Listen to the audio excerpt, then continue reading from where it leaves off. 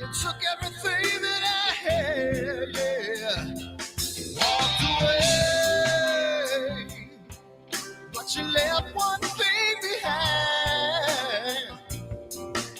You're wondering just what that is. Yes, you are.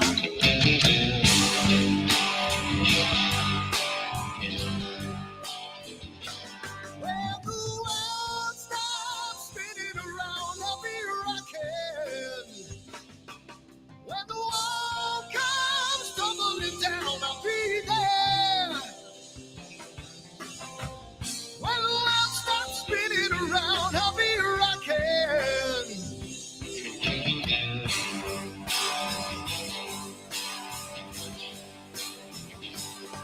We're gonna make a little love down by the water.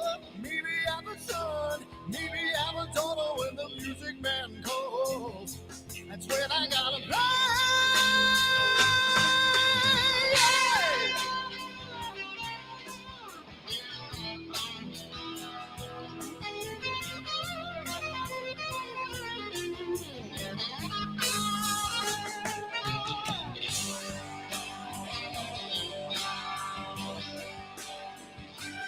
So I burn for the things I never had.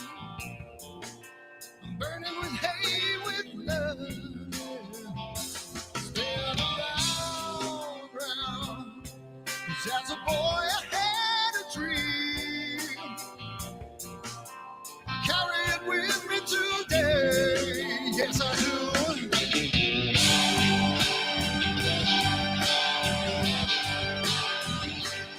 When the world stops spinning around, I'll be rocking. When the walls come tumbling down, I'll be there. When the world stops spinning around, I'll be rocking.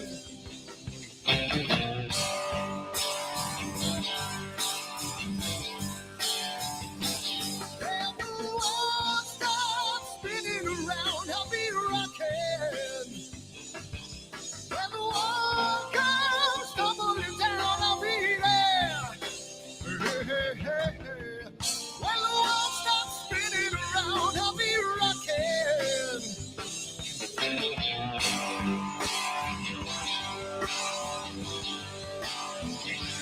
When the world stops spinning around, I'll be rocking.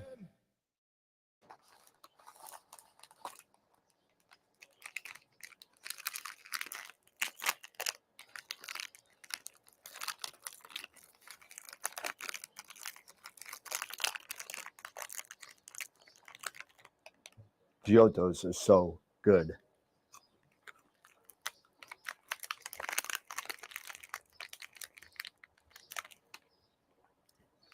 These chocolates are what? Chocolates? We're here about astrophotography. What are we doing? Wrong video. Whoops. Over me, got a way of your own.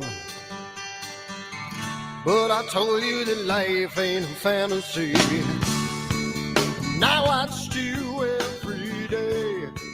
Turn it up, it's just your way. Rocket fuel runs through your brain. Like I told you on the train, that it's the only thing she knows. The only thing she knows. The only thing she knows. That it's the only thing she knows. She knows.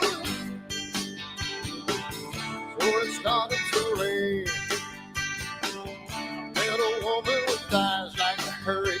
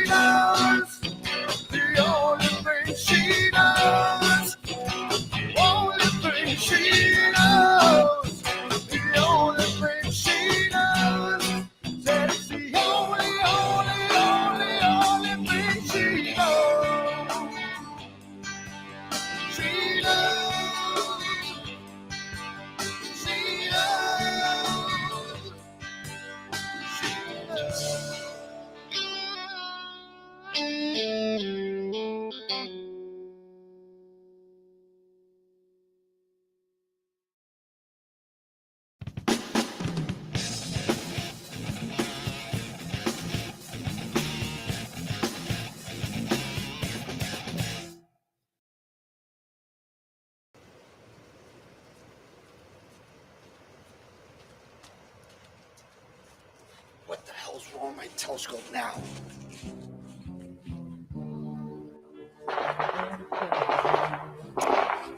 Damn, what's wrong with this thing?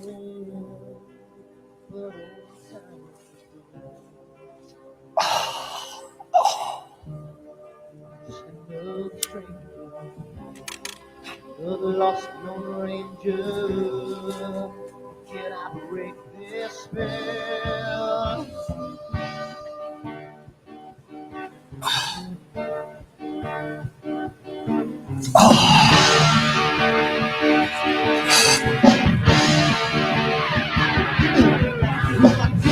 One thing right, do I make you two things wrong?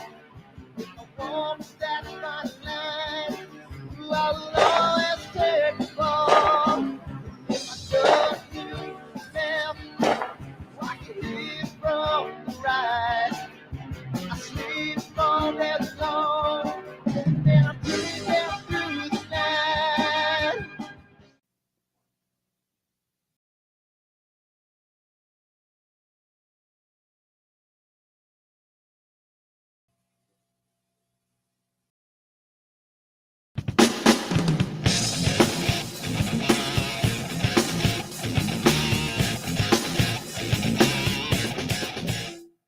I've seen a lot of bankers, and I've seen a lot of cops. I've seen a lot of lawyers pull out all the stops. I've seen a lot of children with their parents in their hands. I've felt a lot of women refuse to understand.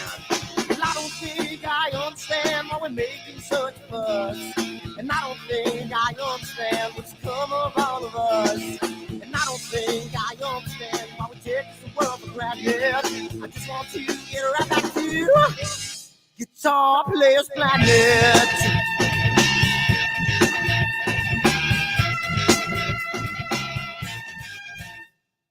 You see it in the papers, you read it every day. The riots and the fires going on in South LA. The muggers and the government, they're all wanting the same thing. They take you for your money, whatever spring. And I don't think I understand why we're making such a fuss. And I don't think I understand what's come of all of us. And I don't think I understand why we take this world for granted. I just want to get right back to Guitar Players Planet.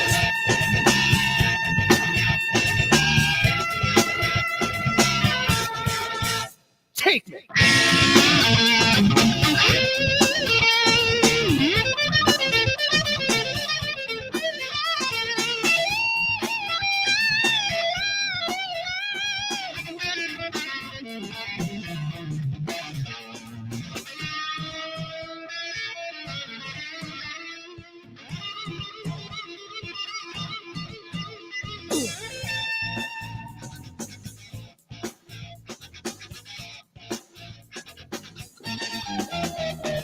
Well, I don't think I understand why we're making such a fuss. And I don't think I understand what's come of all of us. And I don't think I understand why we take this world for granted. I just want to get right back to Guitar Players Planet. Guitar Players Planet. Guitar Players Planet. Guitar Players Planet. Guitar Players Planet. Guitar Players Planet.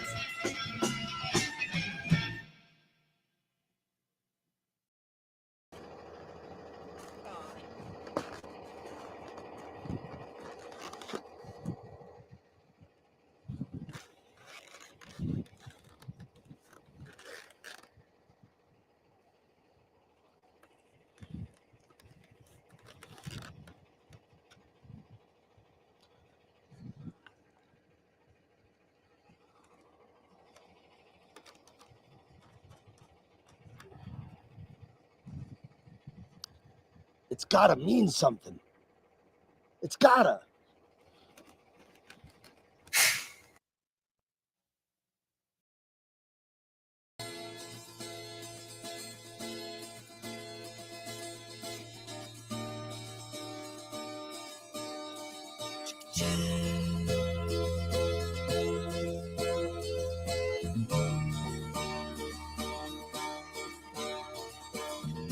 Sunny skies, the smell of palm tree air. Looking back, I could never feel fair. The way the music has touched my soul, the way that the South holds its control. But I've got a new way to choose. I'm gonna start running back to the lands of the new. Oh, na na na na na na.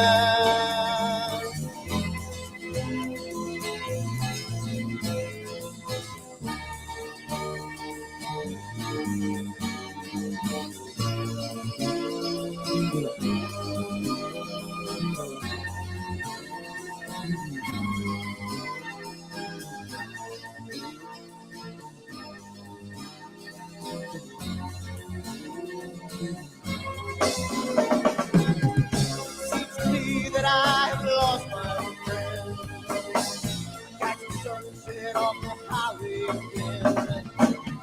Then I get lost on a long summer day. I must go back before it's too late.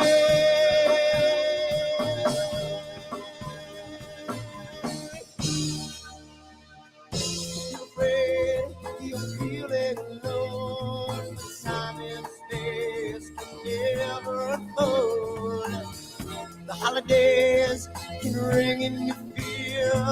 The ghostly embrace can only mean tears.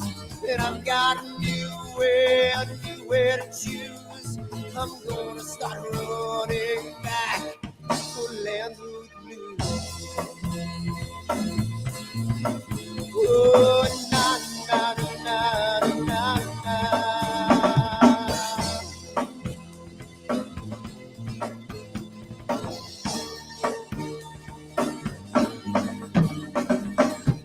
Sitting at the lake, I'm feeling confused, but I had my guitar, so I played this blues. But I'm afraid, what might be true, that I might never be back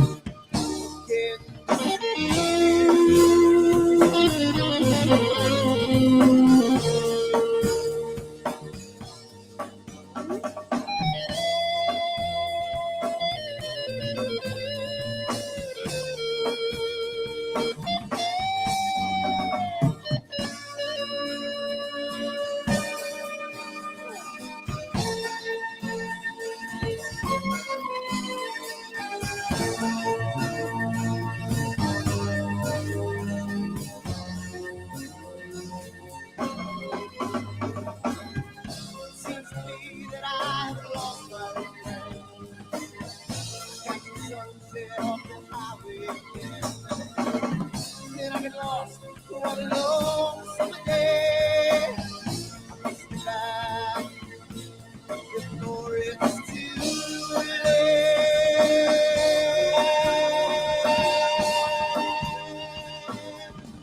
Before it's too late.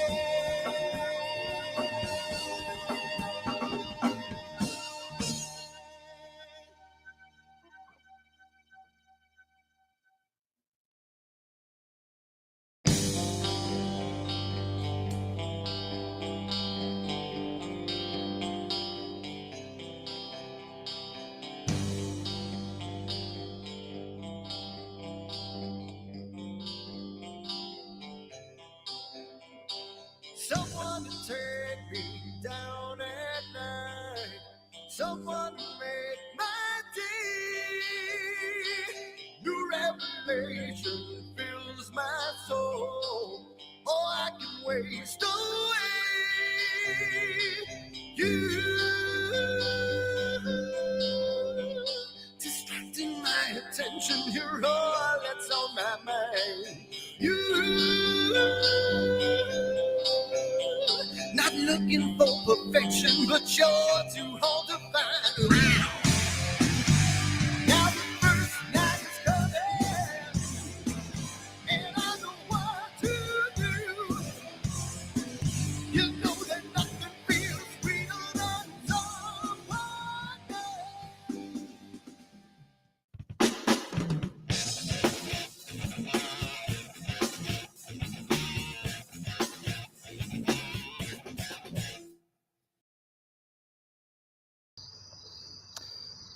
So it's a wonderful night tonight. It's really good. You know, cloudy nights and not cloudy nights, but clear dark sky and was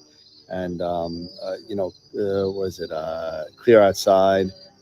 Says it's going to be a wonderful night tonight. I mean, tonight, last night was wonderful. Tomorrow's supposed to be great. So I think I'm going to leave my telescope out all night, and it's going to be a really nice night tonight. So I'm hoping to get some really good shots of the Cave Nebula, which is part of my astrophotography meets D&D imaging. I know it's kind of looks scary, like the way I look at my eyes, and kind of crazy, but it's pretty cool.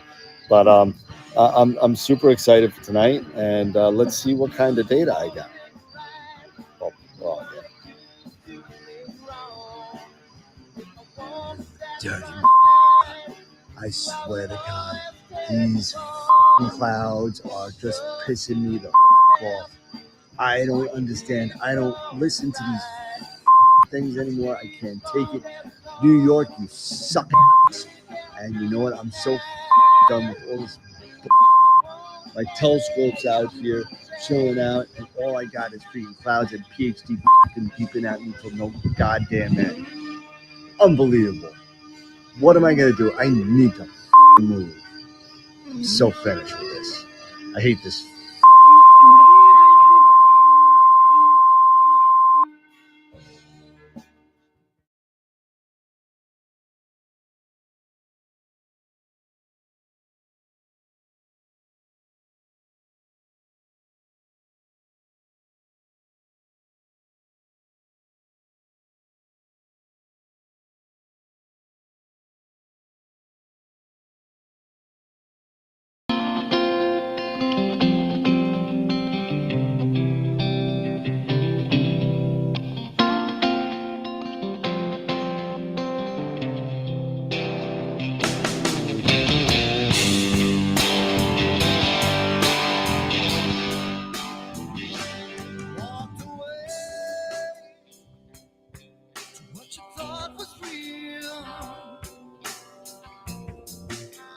Took everything that I had, yeah. Walked away, but you left one thing behind. You're wondering just what that is. Yes, you are.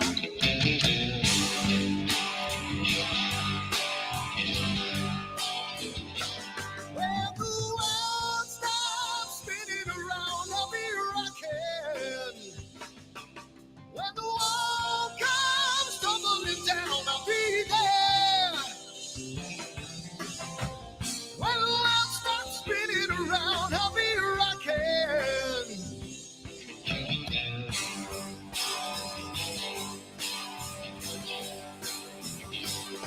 We're gonna make a little love down by the water. Maybe have a son, maybe have a daughter when the music man calls. That's when I gotta play.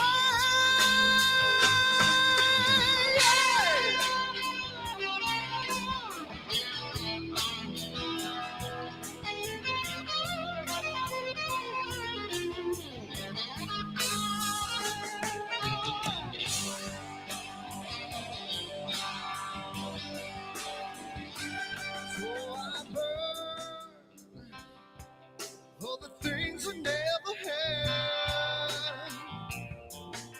I'm burning with hate, with love. Spin around, round. 'Cause as a boy I had a dream. Carry it with me today. Yes, I do.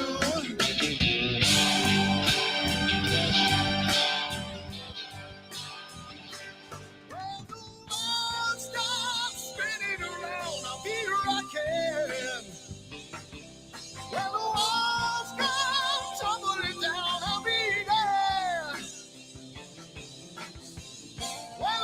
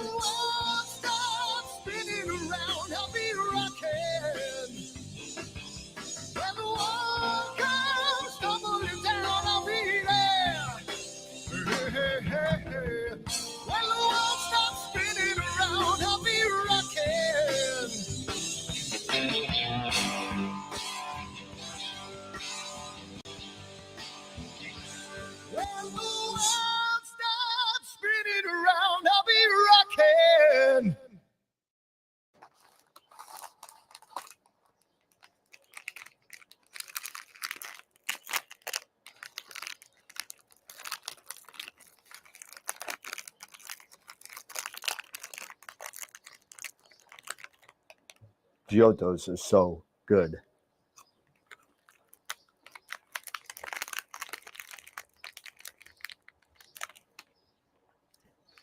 These chocolates are what? Chocolates? We're here about astrophotography. What are we doing? Wrong video. Whoops. To me, got a way of your own. But I told you that life ain't a fantasy. Now I watch you every day. Turn it up, it's just your way. Rocket fuel runs through your brain. Like I told you on the train, that it's the only thing she knows. The only thing she knows. The only thing she knows. That it's the only thing she knows. She knows. So it started to rain. Met a woman with eyes like a hurricane. Told her she was the one. And she looked at the moon, calling me and said, now I watch you every day. Turn it up, it's just your way. Rocket fuel runs through your brain. Like I told you on the train. Well, it's the only thing she knows. The only thing she knows. The only thing she knows. That it's the only thing she knows. Got up on the wrong side and I'm getting burned again. That grass is looking brown today. Well, it's the only thing she knows. The only thing she knows. The only thing she knows. That it's the only thing she knows.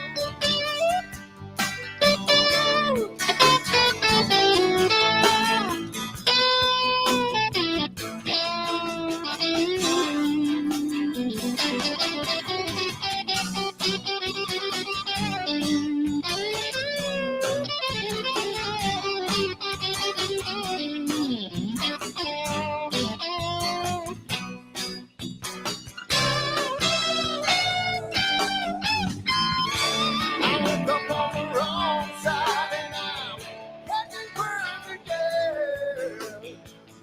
That grass is looking brown today. Said it's the only thing she knows. The only thing she knows. The only thing she knows. That it's the only thing she knows. The only thing she knows. Only thing she knows. The only thing she knows. That it's the only thing she knows. She knows. She knows. She knows.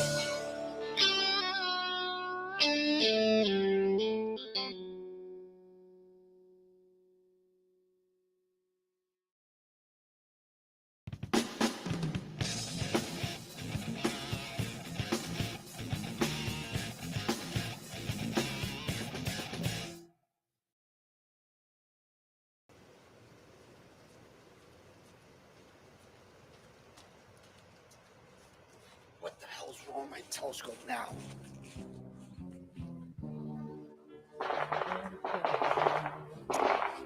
Damn, what's wrong with this thing?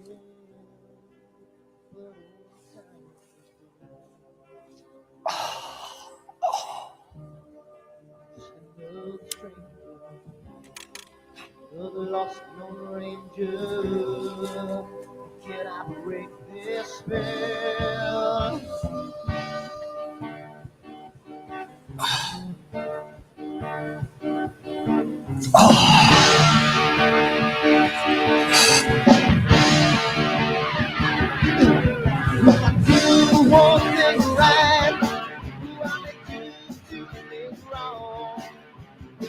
storm is that fine line. I'll always take the fall. If I just do the left, watch it lead from the right. I sleep all day long, and I'm breathing through the night.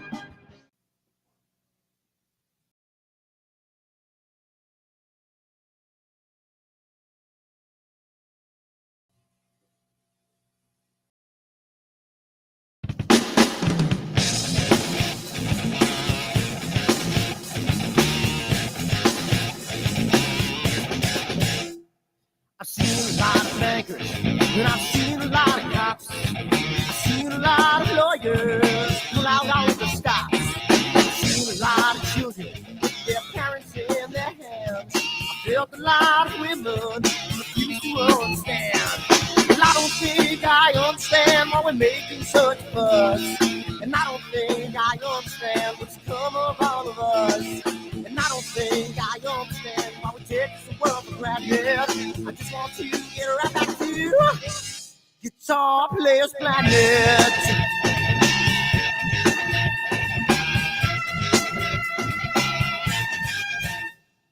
You see it in the papers, you read it every day. The riots and the fires going on in South LA.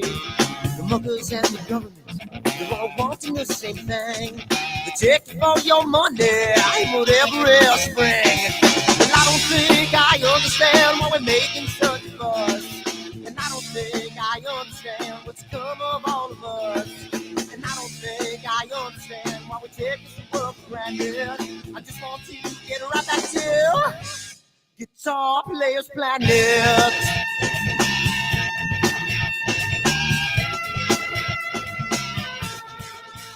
Take me.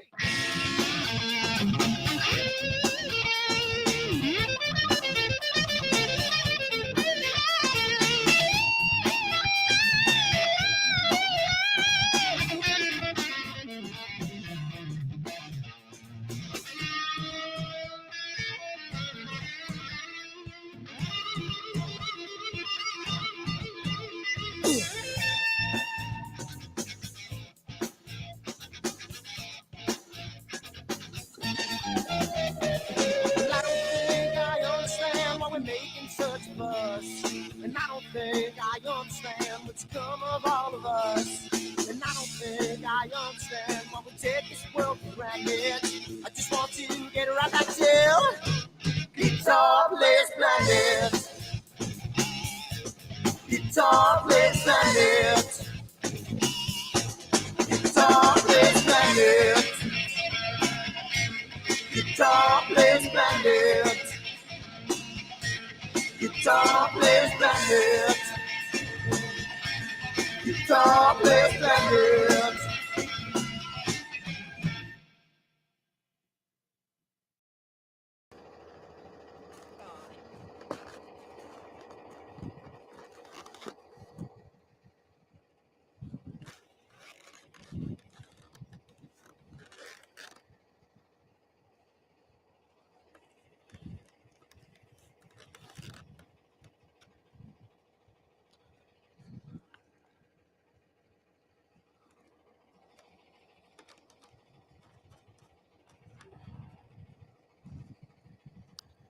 It's gotta mean something.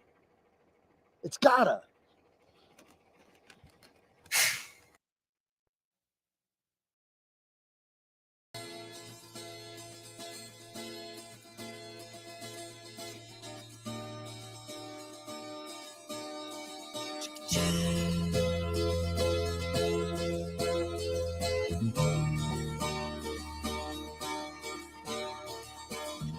Sunny skies, the smell of palm tree air.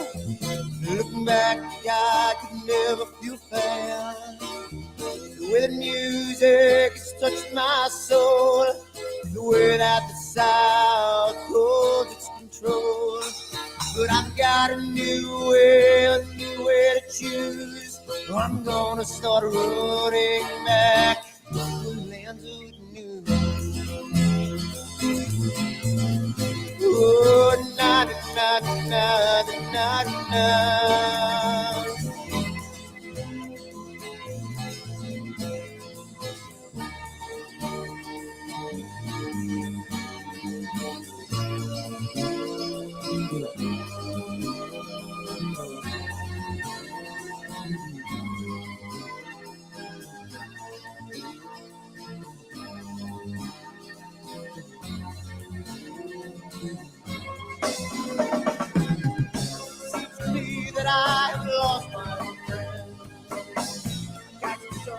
off the highway again.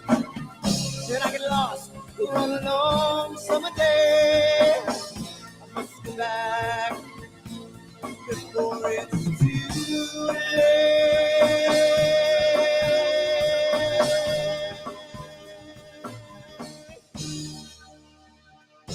You're afraid, you're feeling alone. Time and space can never afford.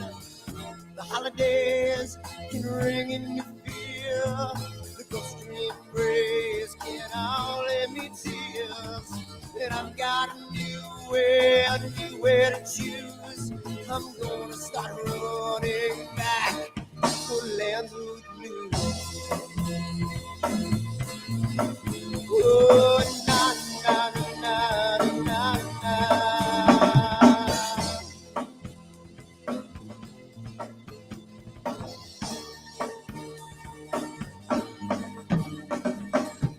Sitting at the lake, I'm feeling confused, but I had my guitar, so I played this blues.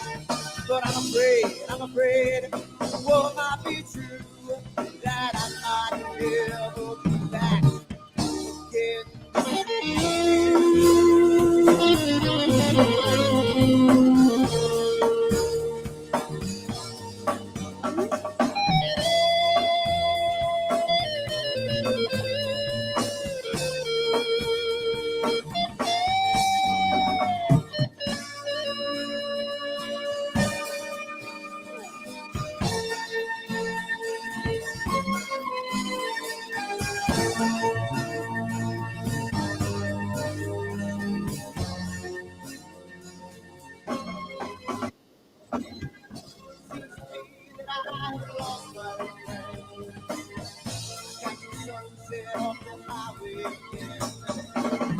Then I get lost, one alone summer day. I must be back before it's too late.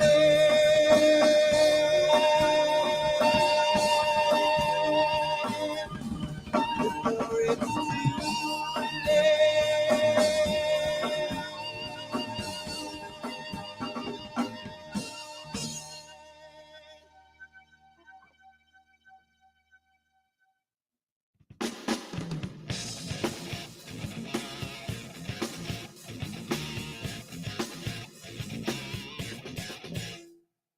One. And we Engage. be here. Yes, we are We have later than information. normal, and I blame it all on Sean Nielsen. So, Yeah, usually, blame it on me. Blame Well, it on the Canadian. Thanks. yeah, you know, because we always blame it on Eric, so we got to blame it on somebody else. Yeah. You know, so Yeah, exactly. Exactly. it's Yeah, Eric Eric gets was a actually night on off. time tonight. It was like, whoa. Yeah. Yeah. I should have took the night off again, you know? Oh man, let me tell you something. I'm supposed to go into the Queensborough Community College Observatory tomorrow to help them install all their plane wave stuff, their Esprit 100, their Eagle, the whole big everything with the saddles, everything. And I screwed up my back last night going from the couch to the bathroom, and I'm not moving too well, so I had to cancel. So anyway, Oh, no. Yeah, he flew out the that's too bad. tire. Wow. I know all about that. yeah, I feel like Eric, but I mean, hey, you know what? It's you know, Is that the real story, Dan? That- That's what I asked. Listen. Is that the real That's what I asked him. Is that I the real literally story? turned over to go to uh-huh. the bathroom, and that was it. You know, listen, if it was I said, I'm something just gonna fun, go I here. would say it. You know? Nice. Baby, Jen, I'm just gonna go here. I'm gonna have to talk to Jen. I don't know. I don't know. Yeah, We right. we were all I remember is something about a water bed, Jen's and like, I "Let's don't try remember this." anything else. Anyway, Oh man. so yeah, What's so up, everybody? we got some cool news. You know, I hate to say it, but you know, I guess I kind of misled, I guess, an email, I guess, in a way, this morning regarding SetiAstro. SetiAstro will not be on tonight. Frank from SetiAstro. He will be on August 14th. Tonight, I just wanted to talk a little bit about the scripts because we were talking about, and I knew Sean was. You know, I didn't know Sean was going to come on until about 10 minutes ago. But you know, and I know Sean just did a video on it as well, or at least one of them. You know, you did some of the work on with the SetiAstro scripts, and I know we've been Actually, you know what? I haven't done a video in a while, so But- I'm not sure who it is that you think. no, but we were Some maybe guy we that were looks like talking me? about it. Maybe we You were were talking about it. Maybe we were him. talking I know about we were it, talking yeah. about him a lot. I spent about an hour on the phone with Sean last night. We haven't spoken in a while, and we just like with Yeah, was like- no, that was awesome. yeah. So my wife's like, when are you coming to eat? I'm talking to Sean. But yeah, so I figured we talked about. SetiAstro's in the chat. Oh, is he? Oh, Yeah, so he he is is. here. Oh, there you go. Hey! So we could have had John Frank. So you know, and no, I listen, you know, that was a total misnomer. So Frank will be with us. Glad to see you in the chat. Will be with us on the 14th of August after I get back from hanging out with Sean and Ron and whoever else up at Starfest. Probably Trevor will be there. I know that what you call it, Jeff from Skywatcher will probably be up there again. You know, so it's going to be a cool time as always. I'll be So back from Michigan too. nice. So it's gonna be a cool show. It's gonna be a cool show because to be honest with you, this whole remember when Dark Archon came out with his scripts, and then Russ I do. Croman came out with his scripts. Now we got SetiAstro coming out with his scripts, and it's all been a nice kind of like a general revolution of the actual tools that we could use for astrophotography. It's really cool that people Yeah, are they like are. all jumping in. Yeah, and the no, nice thing Frank's about got them some is great they're scripts that are happening. one-click processes, you know. Yes. And whoever seems to be designing them, like SETI or Russell, you know, it's they've got it down to where 9 out of 10 times the defaults are good, right? Perfect. Are just Yeah. fine. Exactly. I have used several of his scripts in some of my latest images, and every time they've been coming out awesome. Just using the defaults and just listening, you know, to Frank's, you know, explanation of things and how and why they do what they do. Which is great information, and then I just load them up into PixInsight, and when I get to that certain point, such as the statistical stretch, you know, I love it. It's a great script to, you know, for me to just, when I get to that point when I'm ready to do my stretch, I just go there, click one click, I have the preview, I execute, boom. And now I can move on to the next stuff. You know, it's really good. The statistical stretch is really fantastic. I've been actually incorporating it into my workflow, and I've been incorporating it into what I've been teaching for PixInsight.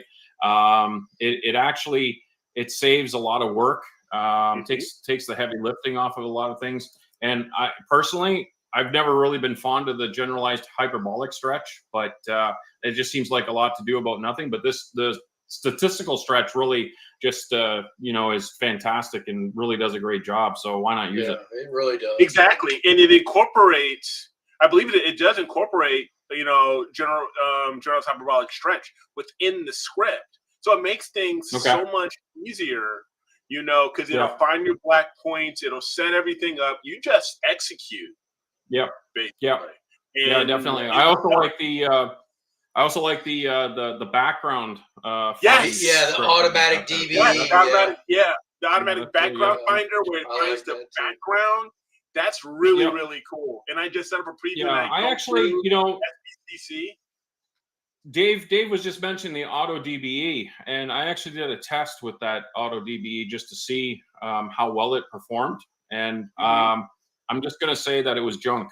But no, I'm joking. Oh, you didn't like it? Nice.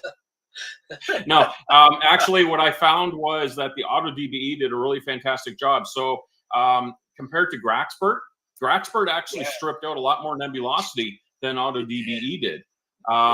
You said I you also told that to found me last night. I was like, oh yeah, my I did. goodness, Yeah. So it was really interesting to see the background models and analyze them and see what was stripped out and what wasn't stripped out. Yes. The Auto DBE did a really great job. I also compared it against the gradient correction that was in PixInsight by PixInsight themselves, and And regular the Auto DBE and the gradient correction were very similar in a lot of ways. But I still think the Auto DBE won out on it. Yeah. Myself. Yeah, So I've been trying to use that more too because it seemed like it worked a lot better. it does work really well, yeah, and it makes things a lot easier than having to fiddle around with specific points in the image and stuff like that, and trying to determine everything. So yeah, it certainly speeds up the workflow. Thing. It's like he's got to find the background. So if he's got that, yeah, there's no question. And it basically and he uses that in cooperation with that Auto DBE, then it automatically is going to find where the background is, set the points, and boom. Yeah, there's no more guessing to it. It's just dead on. Basically, here's your background and away you go. So he's coming out. Frank's coming out with some really amazing scripts and stuff. It's just been really revolutionary, I think, to the image processing end of it. Much like Russ's scripts were revolutionizing things, and I still remember when Blur Exterminator came out, and I was just cursing Russ's name because I was reprocessing everything. I was going back and in years and years, and just reprocessing stuff, and no one saw me for days, sometimes weeks. Yeah, God, I can't even imagine trying to do deconvolution the old way anymore. No, I don't think many people do, especially with Russell's,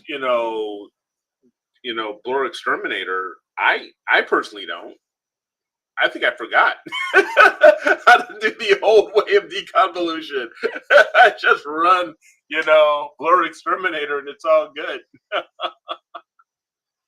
There was a lot of work involved in doing deconvolution the old-fashioned way, and I followed Blur yours Exterminator really so many times. I followed your video constantly. It's like, okay. Yeah. I covered it in one of my tutorial videos, and it was quite painstaking, actually. So it's taken the Blur Exterminator. All these scripts have taken a lot of heavy lifting off of everyone's shoulders, and made things a lot easier and a lot more accurate too in their processing. Yeah, agreed. There is another script I haven't had a chance to check out yet. It was the narrowband to RGB stars that he developed, that he created. So you can drop in your HA03, and if you have sulfur, you can drop that in too. Or even if you have a dual narrowband filter, like an HA03, you can drop in those images, and then it'll create a almost a very good, if not almost just like RGB, if not exactly like RGB stars for you, that you can then scratch in and add into your image, into your nebulosity image. So I think some of these scripts, like to your point, Sean, that Frank and and Bill Blanchard and Russell, we can't forget Bill. they've been developing these. I mean, God bless you guys, because it makes things so much easier for people who still feel overwhelmed by PixInsight, because it can do so much for you, but you can take comfort in knowing that a lot of that, like you say, a lot of the heavy lifting is done for you. So you can continue on and make great images, and you can. It's a double-edged sword, though, in a way, right? I mean, there's something to be said about knowing how to do some of the processes manually and understanding the concepts behind what you're doing. Whereas these scripts, as good as they are, they take away that aspect of it, and don't really allow the individual to develop the skill set, I think, that comes with knowing how to do it manually.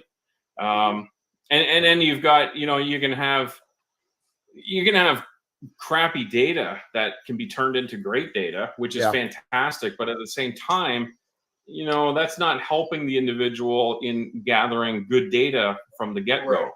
You don't want to encourage gathering. I agree. You don't want to You know what I encourage mean? integrating good. So it's a double-edged sword. I mean, I appreciate the scripts and they work really well, but I think you got to take it with a grain of salt too. In terms of what they allow people to get away with, and maybe that's good, maybe that's bad. I don't know. I'm not saying either way, but that's just my perspective on it. I think. Well, I then think you a could lot be of like, it, I think a lot of James it is. would be a lazy astronomer. That's why you have these scripts. Like our good friend Jason. I'm like him. I'm lazy. It's great to understand that stuff and to, if I wanted to, really do a really deep dive into understanding the why, and I think everyone should take at least some time to I think they understand. should. I think it would be to their benefit to understand the why. But it's also okay for me to, I'm more than happy to admit that sometimes there's certain things that may go a little bit over my head, Right. So but I still certain want things, Eric. Certain things. Oh, certain hey, I'm still dealing with Dan here, so there's just certain things, hey. If you really want to understand the hows and the whys, you go to Adam Block's page and you I was going to mention him. That's what I was going to say. He will tell you Adam will dive and into the it. math, everything, all the reasoning behind it and everything like that. Yeah, and that kind of stick stuff with is that and understand it, then all more power to you. Yeah. But the nice thing about these new scripts is, especially for the beginners and stuff like that, it takes the frustration away. It does, but I think one of the things that that Sean alluded to a processing, we could actually take that same kind of thought to just the hardware of the rig as well, because a lot of people sit there and say, hey, I just want to buy this and I just want it to work, come over and set it up for me. And you do that and you show them, but then when the smallest things go wrong, they don't know how to fix it. They don't know how to fix it. And that's part of the problem with the, sometimes with these scripts, and you just kind of, 99.9% of the time, everything will be fine. But, there's that 1 or 0.1% of the time where you just want things just a little bit differently. You want it that different shade of blue. You want it a little bit brighter. You want it a little bit darker. And you're not capable of doing that because you're doing the PhD, the push here dummy, and that's what you're doing. So you are use the scripts, use them, but understand what the play with the sliders, do what you do, and then find a B plan. You know what I mean? And say, okay, you know what? This does this. What else does this? Maybe if I wanted to just a little bit more control over this one thing, like let's say Blur Exterminator. Okay, well, it does a wonderful job with the stars. It fixes tilt. It fixes everything. You don't have to worry about stars. We actually did that Wednesday night, right? We did that Wednesday night. Friday night. I have a little tilt on my right side. It just it fixed the stars and it made them round again and didn't screw up anything else. It was great. But there are other ways to do that with convolution and stuff like that, where you can sit there and kind of smush the stars and make them different shapes and stuff like that. And that may be taking it to an extreme, but when you're dealing with the brightness of an image or the background finder or something, maybe you want to find your own background that's just a little bit more of a different tone. You got to be capable of kind of doing that yourself before you got to crawl before you walk. I guess that's what I'm trying to say. Yeah, absolutely. Yeah, I agree with that. Yeah, absolutely. Because otherwise, you're gonna have people like Eric producing great images, and they don't know what the hell they're doing. I know, right? What the hell? Hey, sometimes it's just better to be. It's better to be lucky than good. You're right. That's especially in golf. I'm gonna see if I can lift this up with the bad back, but I want to. So you know what? I'm leaving. Oh, Oh, he already got it. It's already Look been at There it delivered. is. Eric, Yeah, JG. Eric, take a look, man. Eric, come back. Shut up, Dan. It came in. It came in. Shut up, Dan. Beautiful. It's picture perfect, and it came with a bunch of goodies. One of which I'm selling tonight. So if anybody wants it, they can have it. You know, you want to buy a used ASIR Plus, you can have it. Make me an offer. $2. No. I'll No. stick with Well, you my- said make an offer. Yeah. Yeah, make an offer. That's it. I say didn't we hear start anyone else we make start an at offer. 150 and go from there. How about that? Oh, one. That's not nice. That's half Well, price. Will Fredo said Right. $100. Yeah. Will Fredo give you $100. Well, Fredo went at 100. I give Now, you. everybody's going 50. I wanted Tom, somebody. Tom Peter. We're going he's down. $100. We're going down. We're going from 100 to 50 to $3.50. Yeah. That's And it. and these finally came in today Oh, the move shoot moves. Ah, the there you nomads. There you go. That was after great. Give spending it a hey, 9 give it away days. on the. What? And Tarek what is else saying did give you- it away on the wheel of Sean. Give it What away. else did you get today? Oh, are What they el- new for what else 199? arrived I thought today? it was 249. Is it 199? Apparently. Oh shoot! Yeah, I could yeah. be wrong. I don't sell them, so I mean, I just this is the ASIR Plus 32 gig version. This is the older version. Yeah, so it's like $200. Is it? So then, not one. We'll do. All right. Yeah, Well, if that's Fredo the said older $100. version, then you may sell it for 150. That's the older version.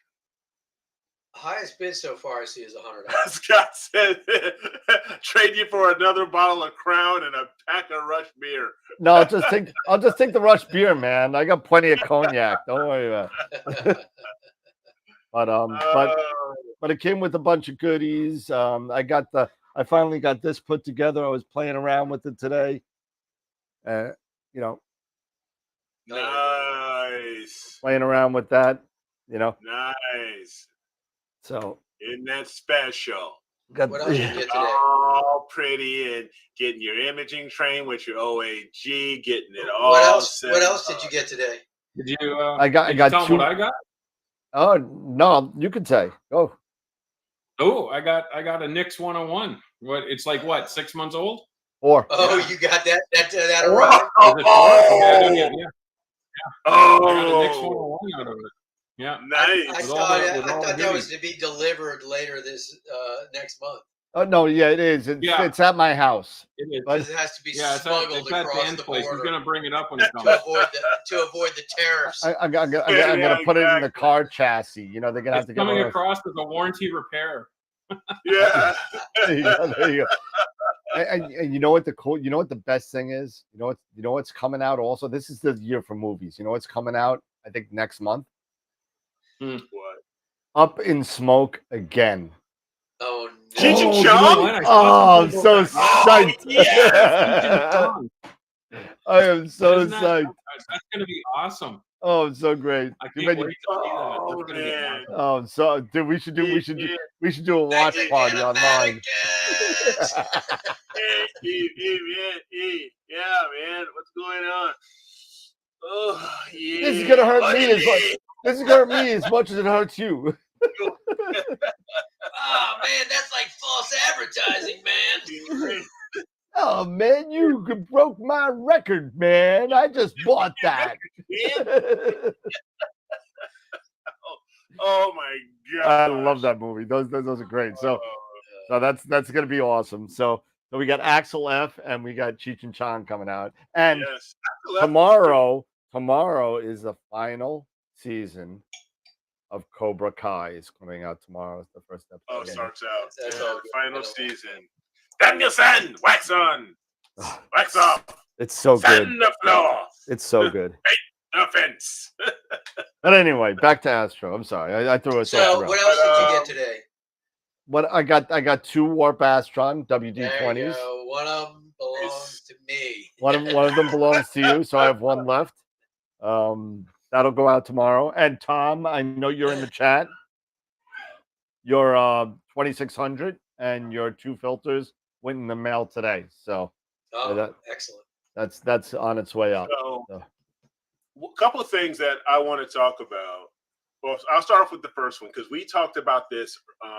Dan and I talked about this just yesterday with me and my soon to be move. Nothing's quite official yet, but we're planning. We're getting all the planning stuff ready. I am most likely going to build a roll-off roof at my new home down south. And one of the questions that I was trying to figure out was because we have these super tall trees. They've got to be close. Some of them have got to be 50, 60. Some of maybe can get up to maybe 90 feet. Yeah. So how, and some of them, and there are rules, and Dan, you were right about this. There are rules and laws that they have what's called border trees that are along the parcel lines of your plots of land that cannot be cut down. So, but everything within your parcel can be, because it's on your land. So so now it's the question of, all right, if you have a pier and you have your mount, and say that is and your entire rig and is pointing starting at maybe 30 degrees. It points at 30 degrees and you're at maybe 5.5 feet, for example, maybe something like that. But now, how do you mark or figure out the distance or, the amount of land you may need to clear or the number of trees you may need to clear or space, or how much open space you do need to have in order to get over that tree canopy? That you could get a surveyor to come out and he'll. You could get a surveyor to come out, and so one thing that I did, I started Googling this, and I'll share my screen here. And if I bring this back, yeah, here it is. So I'll share my screen, and I was just trying to figure this out. So I did come across a website. I'll share my screen here. And this is from the forestryforum.com. And you can figure your tree height calculator in your view. And I use this calculation here. Viewpoint level with the base of a tree. So if I zoom in here a bit,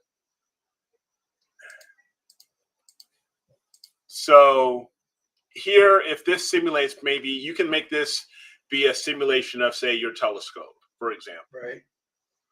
And here you can have how that height you have your tree here. So this height here may be equal, say, your height of your tree and this height here, and the height of your telescope mount is, say, 5 feet.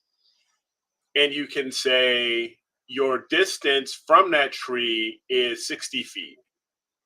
Now, if you want to point your telescope at a certain angle in degrees, I put in right here, I said 35.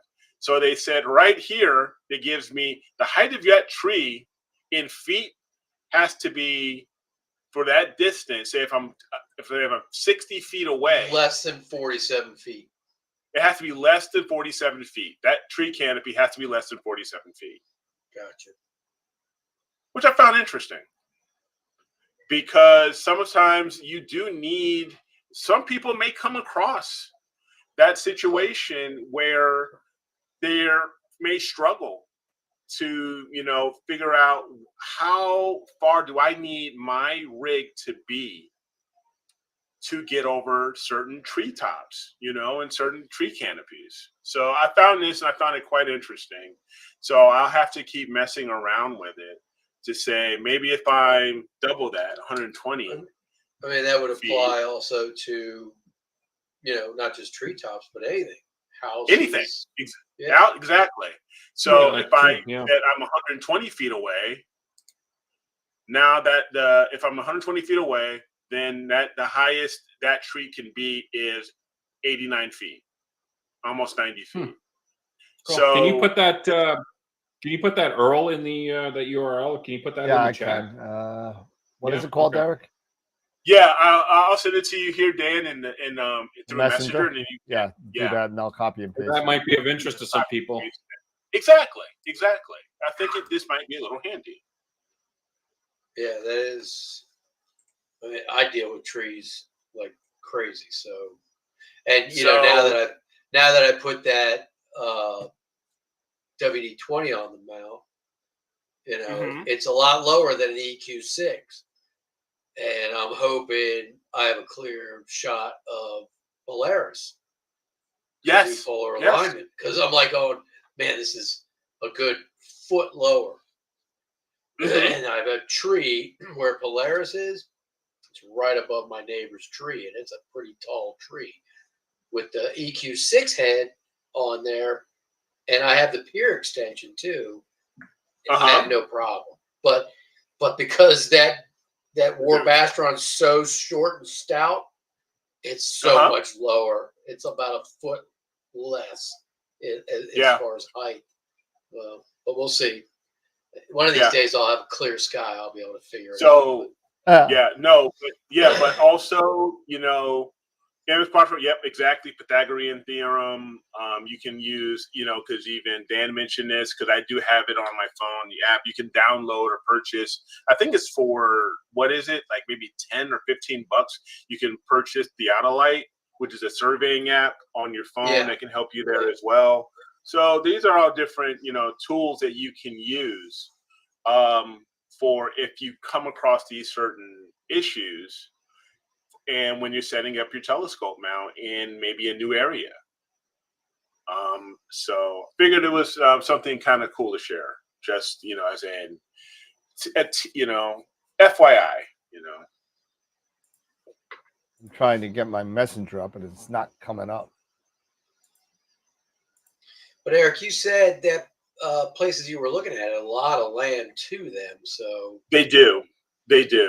So you just might have to sacrifice that. Your roll off might have to be closer to your house, depending on which way it's facing. And obviously, it all depends on, you know, obviously you want ideally a clear view of the north and the south. Exactly. You know? Exactly. And you know, you can work around and you know, and maybe I might also want a decent shot of perhaps definitely the north and the south, but maybe even the east to a certain extent. Because you have a lot of your objects that are southern objects, they may start in the east.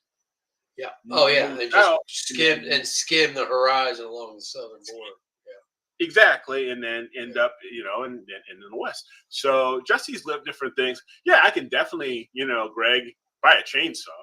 But here's the thing about that though.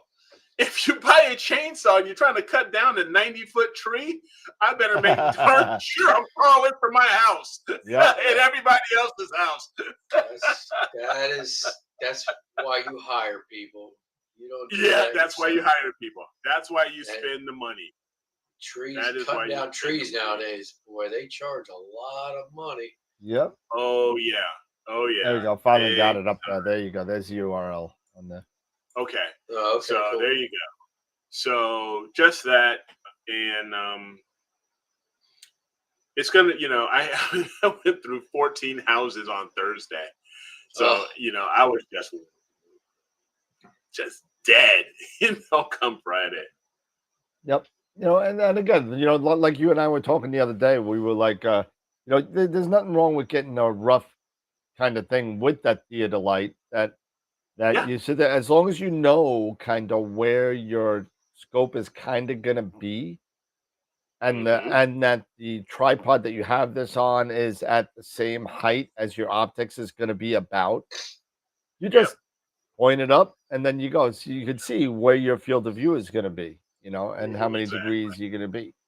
You know, and you know what also is good, you know, you might want to even think about using these photo pills with the AI. So that it does an Yes. AI and it shows you where the sky is going to be based with the Yep. trees and everything, and it puts it behind. It's kind of pretty cool. So Yeah, that's pretty cool. Yep, and as well as I believe Sky Safari with their augmented reality. yeah, augmented AI. Really Yeah. does it as well. Yeah. So yeah, there's a few. Or instead of a sky shed, instead of a shed, you build a big, tall silo dome. There you go. Yeah, there you go. See how You know, build high it we can go. Like a barn. 20, 30 feet Like off a the barn. ground. Yeah. There you go. Exactly. 20, 30 feet off the ground. Yep, exactly. All concrete structure.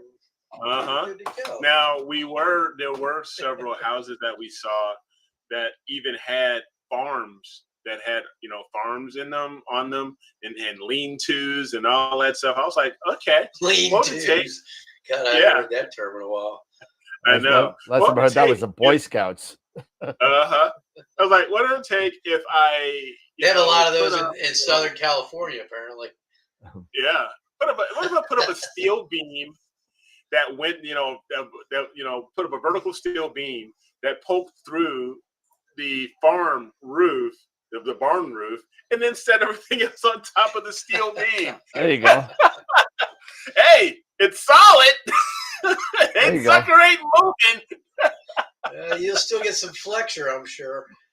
Oh, I'm pretty sure I get a little bit of flexure, but you know what? It's probably going to be, something that won't be too bad at least, And I have seen photos of people who have cut out certain sections of their own roof and did a roll off, of their own home. I've seen photos of people doing that stuff that have an actual roll off. They do an addition on their own roof and they just roll off from there. Yeah, that's money. Yeah, it's big money though to try to clear out that stuff. So hopefully I can find something that's already cleared. Yeah, right. Yeah, Stephen here. Have lots of trees here in Birmingham, Alabama. However, clouds are the problem. Oh, yeah. I hear they love the governor in Birmingham. They love the what? The governor. The governor? Yeah, in Birmingham, they love the governor. They love the governor? Boo, boo, boo. Now we all did what we could do. I have no idea what you're talking about. Sweet home Alabama. Just go with it. Sweet home Alabama, this song. You got shot at in Birmingham. You know what?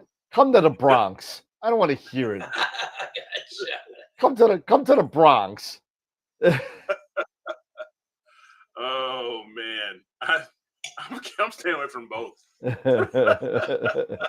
Here in Northern Virginia, there's no shortage of trees, and a lot of the trees are big, tall poplars. Oh yeah, freaking trees that are 70 foot tall.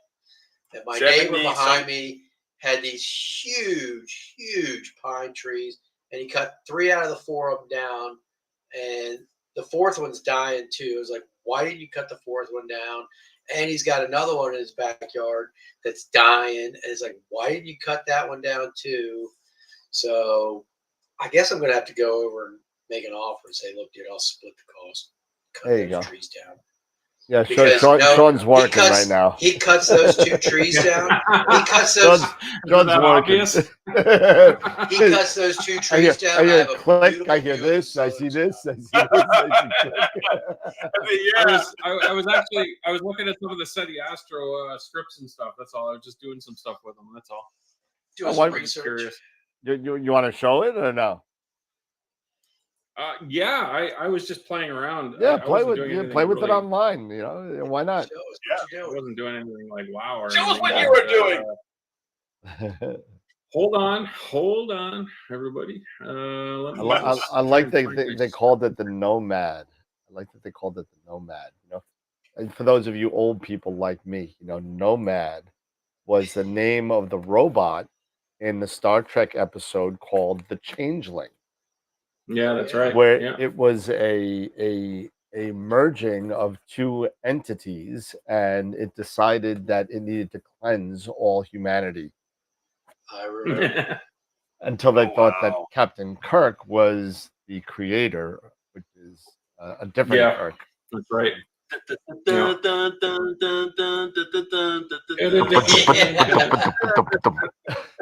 Oh, we got a little. Oh, we got a was that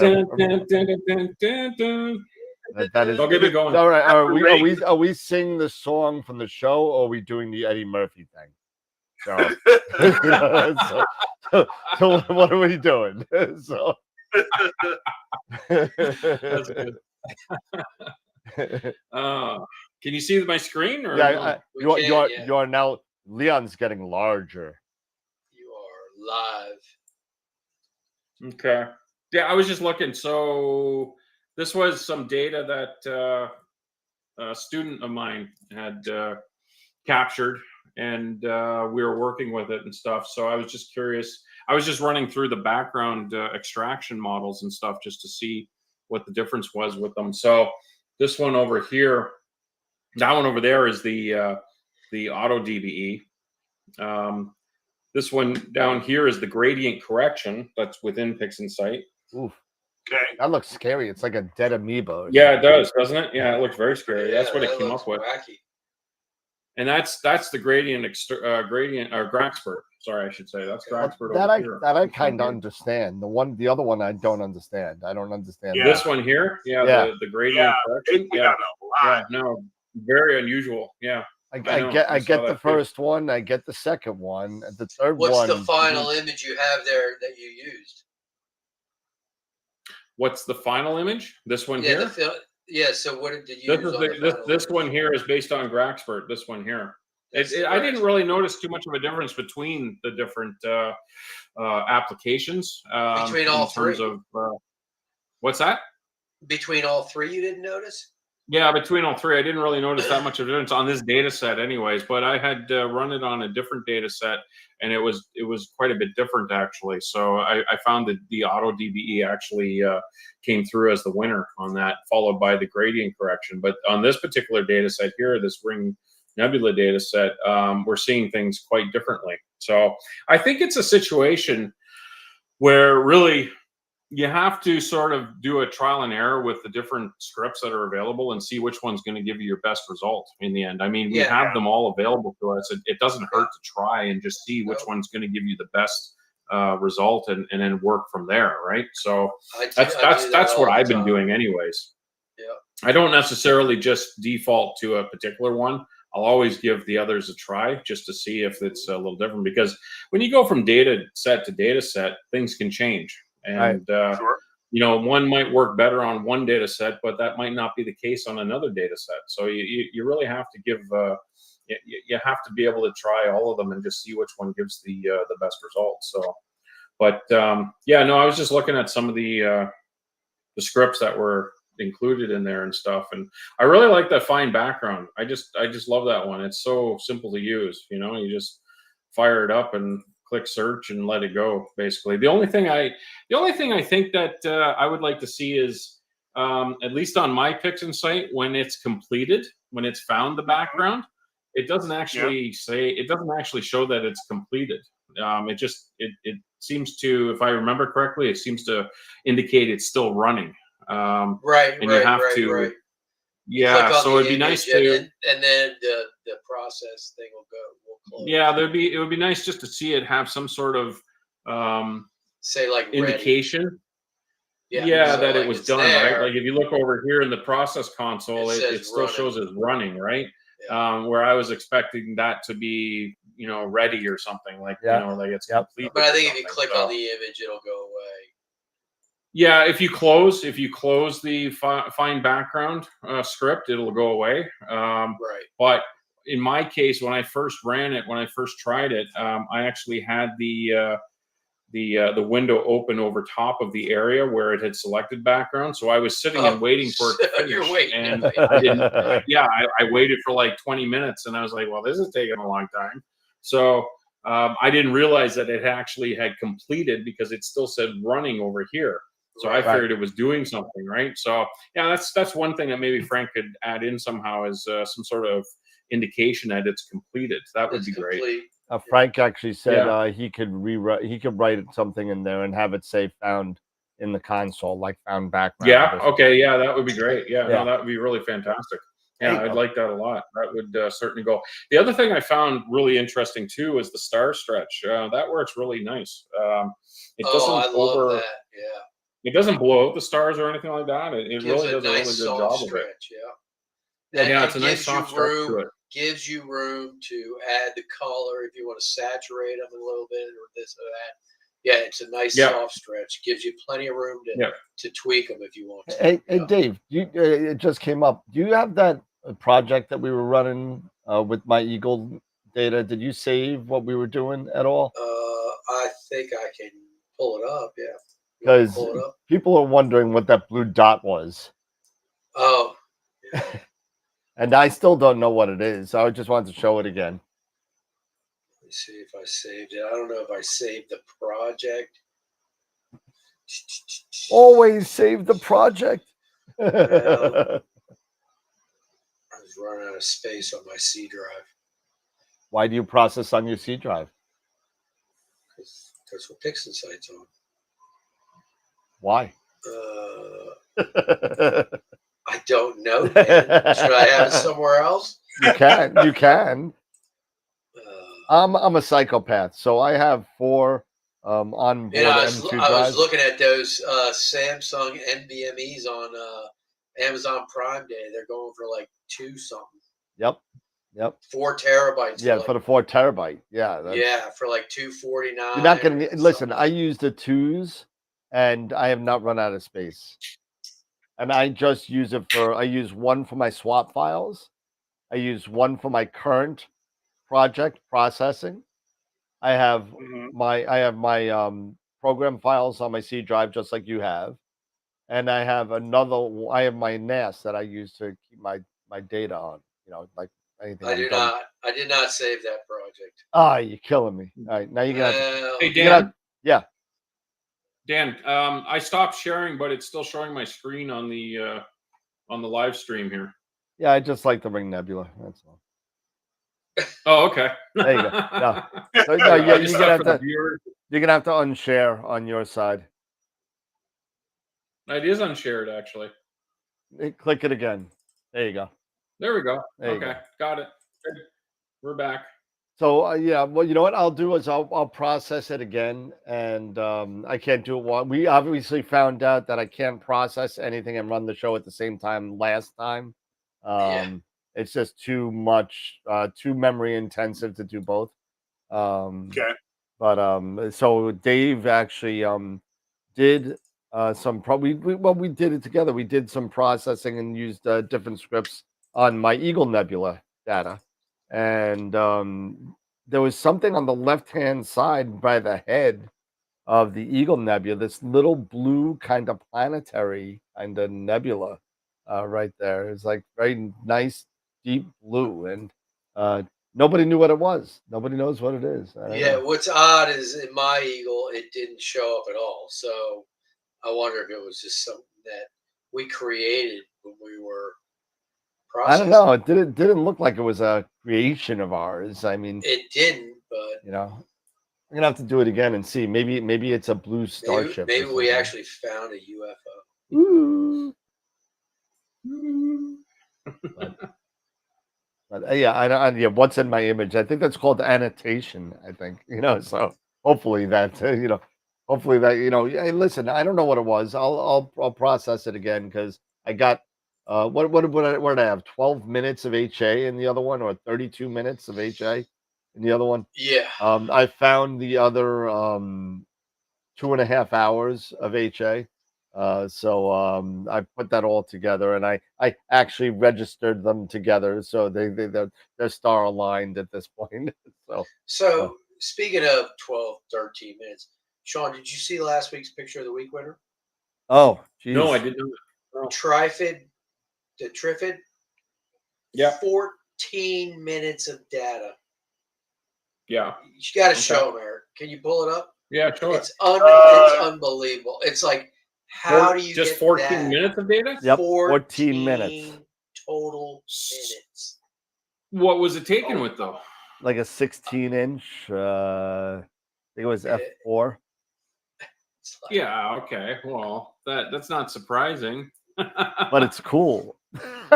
Yeah. No, But it it's is. like- Yeah. It's amazing. but I what you get away can't. I with. can't even imagine getting that kind of picture in 14 minutes.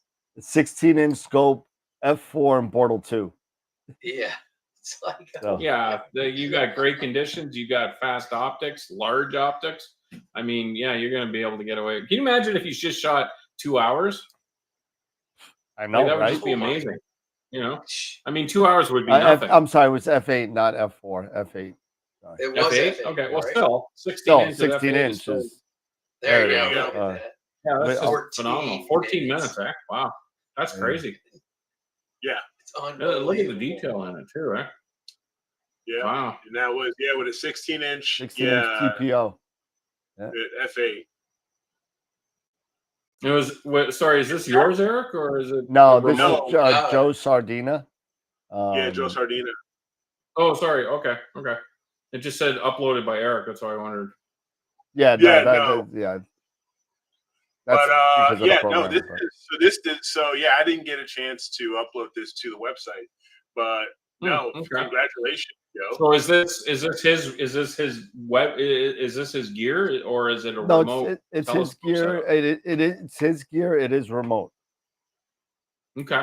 All right. So Wow. Yeah, you doesn't he run the Night Skies Network. Night Skies Network. He runs the Night Skies Yes. Wow. Hmm.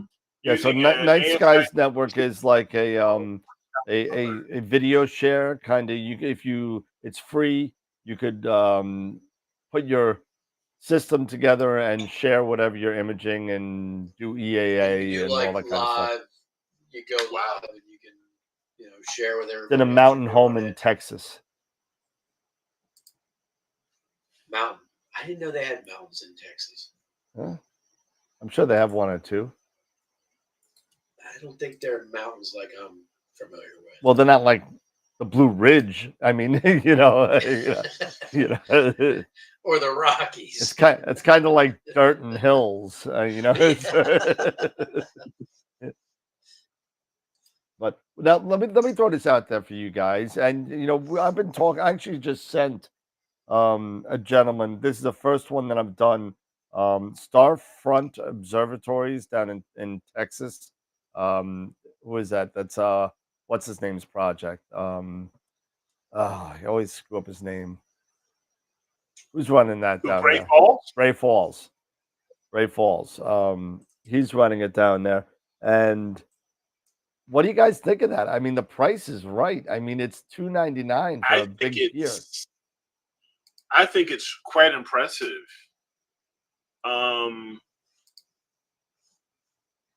For the price, yeah, I'm not gonna kid you. $299 for a month, or Well, it's $299 a month. Yeah.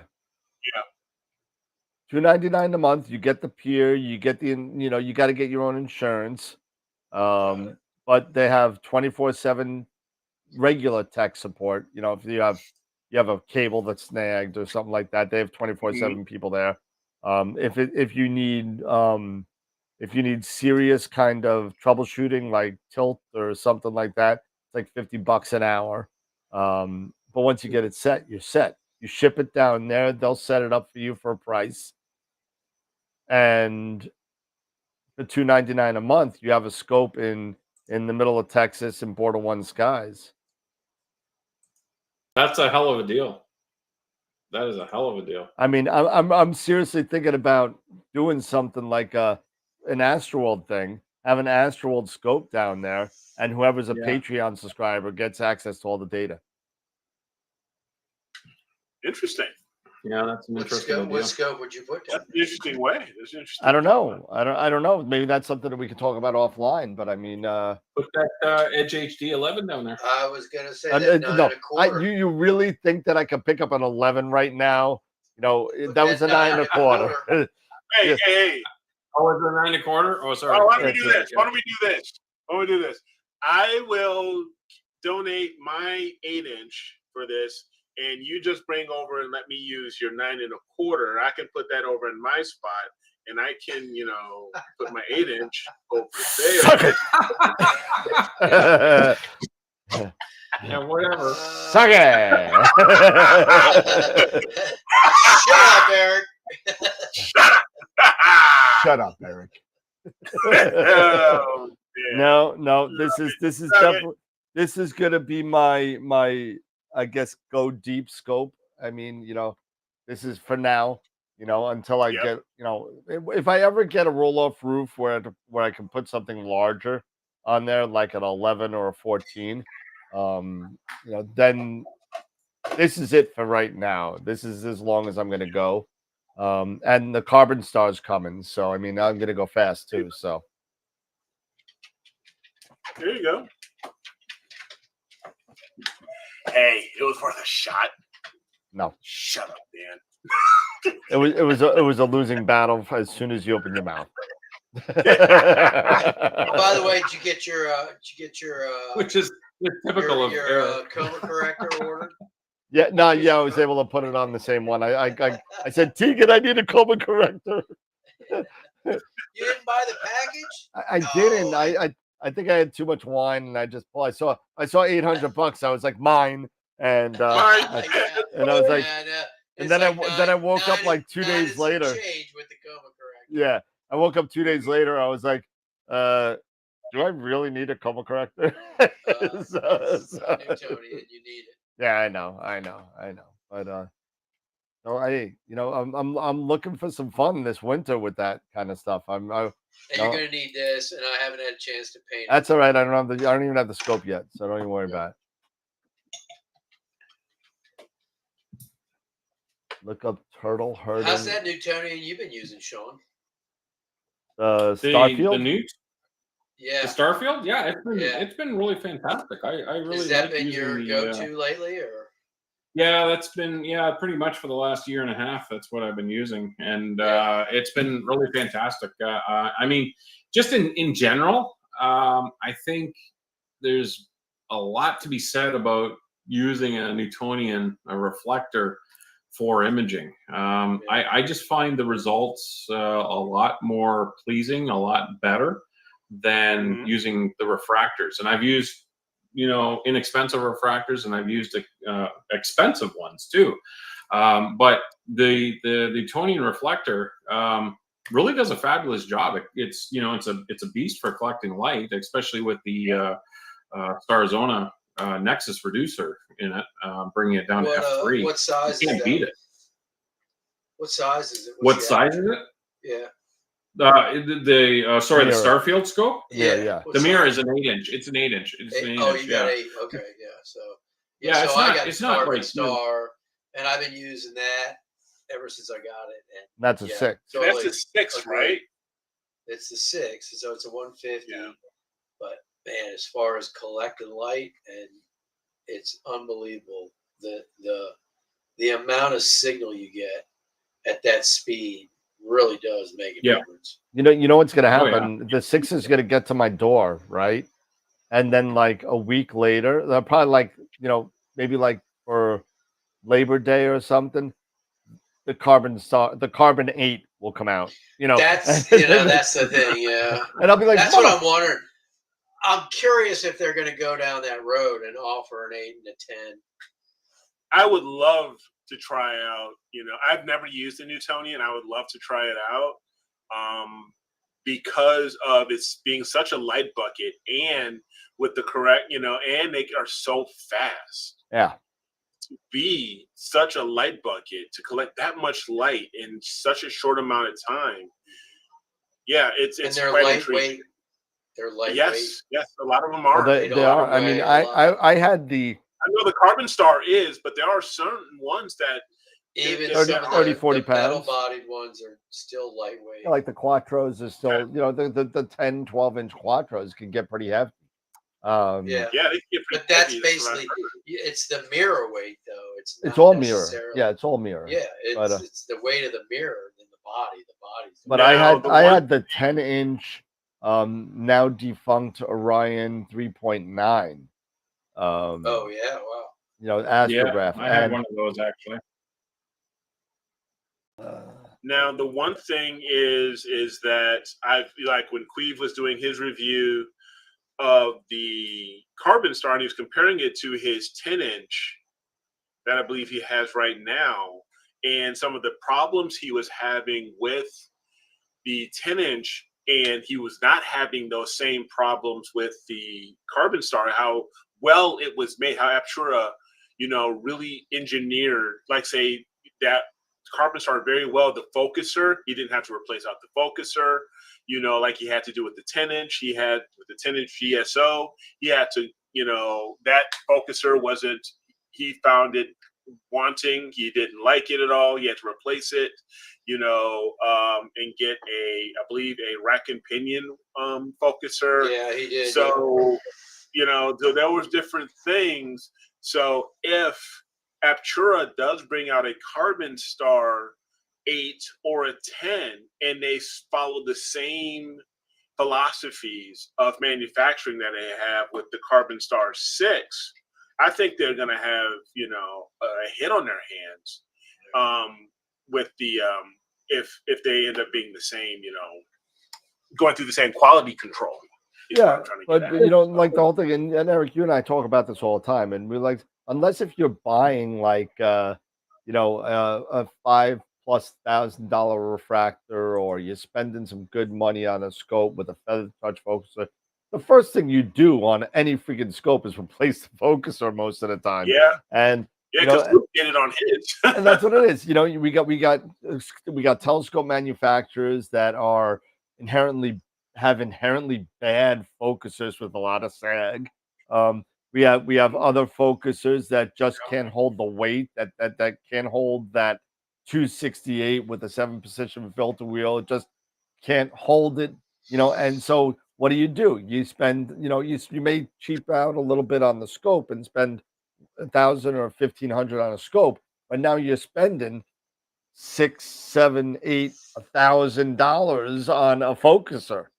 on a quality focuser on a to quality, handle that. So, but I can tell you with the Carbon Star, I am running an OAG 7-position 2-inch filter wheel and my camera, and haven't had an issue. Well, they did it right. They actually put in their description of the Carbon Star, I think it holds like something like 5.5 or 6 kilograms of weight. Yeah, on it, like 12 pounds. It fine, and it focuses fine. Yeah, so I mean that's really, if it's holding 12 pounds, it's gonna hold anything. Yeah. Unless barring a full frame camera, with 50 millimeter filters, Plus I mean, the imaging circle. So, and the only modifications I've done, I printed out a primary mask, painted it flat black, put that in there, and I painted around the secondary, around the edges of the secondary mirror with the flat black. Were you getting some reflection? I don't know, but I figured if I'm going to have it apart to put this on, yeah, you definitely are going to get it from the primary, the pins and stuff. So yeah, you're definitely going to get it from that. And I figured, well, since I'm going to have it apart to do that, let me pull the primary off. I got the paint. Let me paint around the edges of the secondary. The only other thing I could think would be to put a secondary heater on that mirror. okay. Because I think the last time I was imaging with it, I was looking at my images towards the morning, and it looked like I might have been getting some dew build up on that secondary. Maybe it's hard to say if that's what it was or not, but my guess is that's probably what it was. I mean, especially since as humid as it is here in Northern Virginia, I mean, this time of year, you can't avoid the humidity. So, yeah. So basically, what happens with the Carbon Star? It's really, and me and Dave were talking about this, and Dave was making fun of me. Is that the camera that's best suited for the Carbon Star is actually the 533. Great. As you get to bigger APS-C chips, it tends to fall off, and you're not able to use the whole chip. So the 533 and 4/3, the 1x1 and the 4/3 chip are the ones that have the best kind of performance, or the Carbon Star. Yeah. Like the For that- 294, for example. Like the 294. Yeah, correct. Yeah.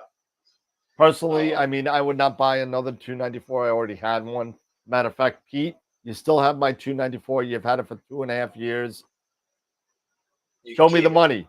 Yeah. So, Yeah. no, I'm just kidding. I'm just kidding. Play with it. I've been through the 294. hassle. Yeah. So if I'm gonna go anywhere, and I hate to say it, you know what? I maybe when this comes, it may be time to get like an Aries 533. He's gonna get the square chip. Now, I'll crop it rectangle. I'll just take.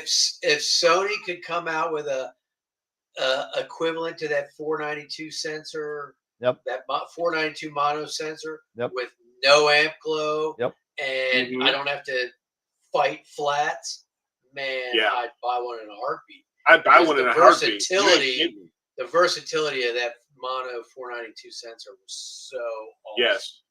That too, I tell you, I had some great results with that 294 mono, which has Yeah. that chip you were talking about, but the narrowband flats drove All me the nuts. flats were just All the nuts. but those Oh. narrowband ones just drove me crazy. Oh yeah, you had like Rorschach tests in yours. Yes. Oh, you know what? exactly. That's funny, Eric. It was the RG, it was the broadband flats that drove me nuts. The narrow Really? weren't affected as Yeah. much. Oh man, those HA and 03 flats were just killing me. Yeah. But they calibrated out. I'm not gonna say they didn't calibrate out, because they did. They calibrated But you had to everything get out. him just right. Yep. If you didn't You get had him to get just right, and it was just drove me nuts. Amanda said we should invent one. So sure, that's easy. that's a little beyond, I think, us. I mean, Dave could make a car, Eric could make a computer, Sean could make a lightsaber, and I could just, You can market it. I'll put it on the website.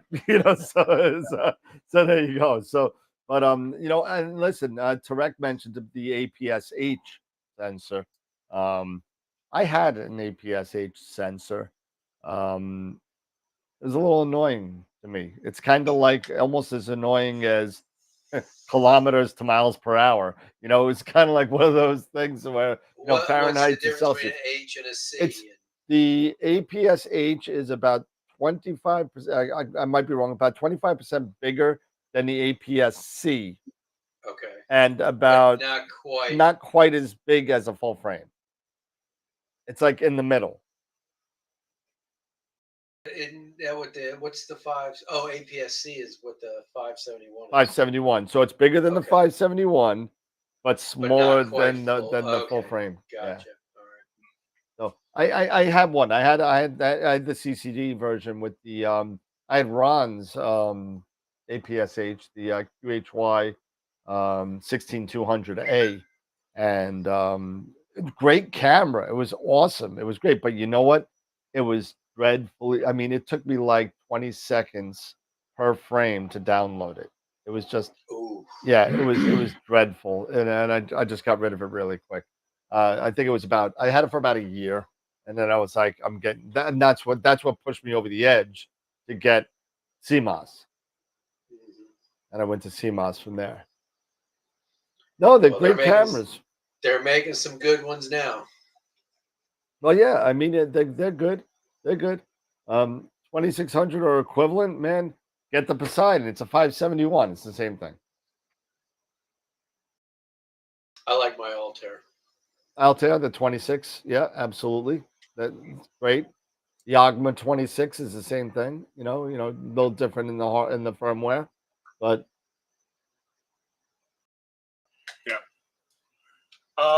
real quick, just hi, want to let Frank. everybody know. See you in August. Yep. Want to remind everybody that the polls are open for this week's Image of the Week. So don't forget to go to our website, astroworldweb.com/IOTW. And I am going to share our images. that's not it. If I even looked, did I look at him this week? So Probably not. he does Oh, I did not. sharing. Whoa. Sharing. And here we are. So you just don't forget, everybody, go to the Image of the Week contest page on astroworldweb.com. And as you can see here, again, congratulations to Joseph Sardina for his image of the Trifid Nebula that won last week. And we have the poll open, and this week we have 3 entries. We have the Horsehead Nebula by Josh Kovac. We have M16 by Jim Pakatselis. Yep. He's from Long Island. And we have the Lion Nebula from Jason Pellegrini. There we go. So,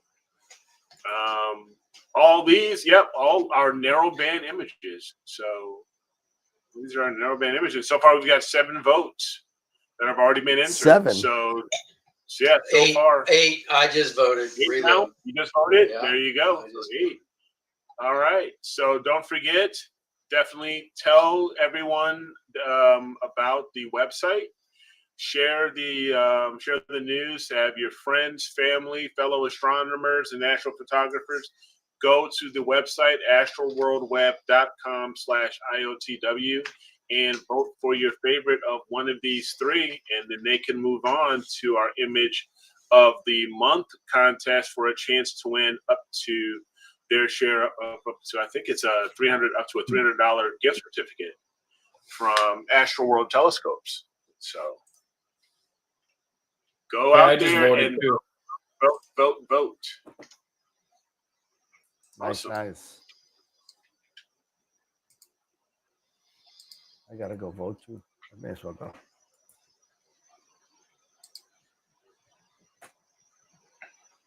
All right.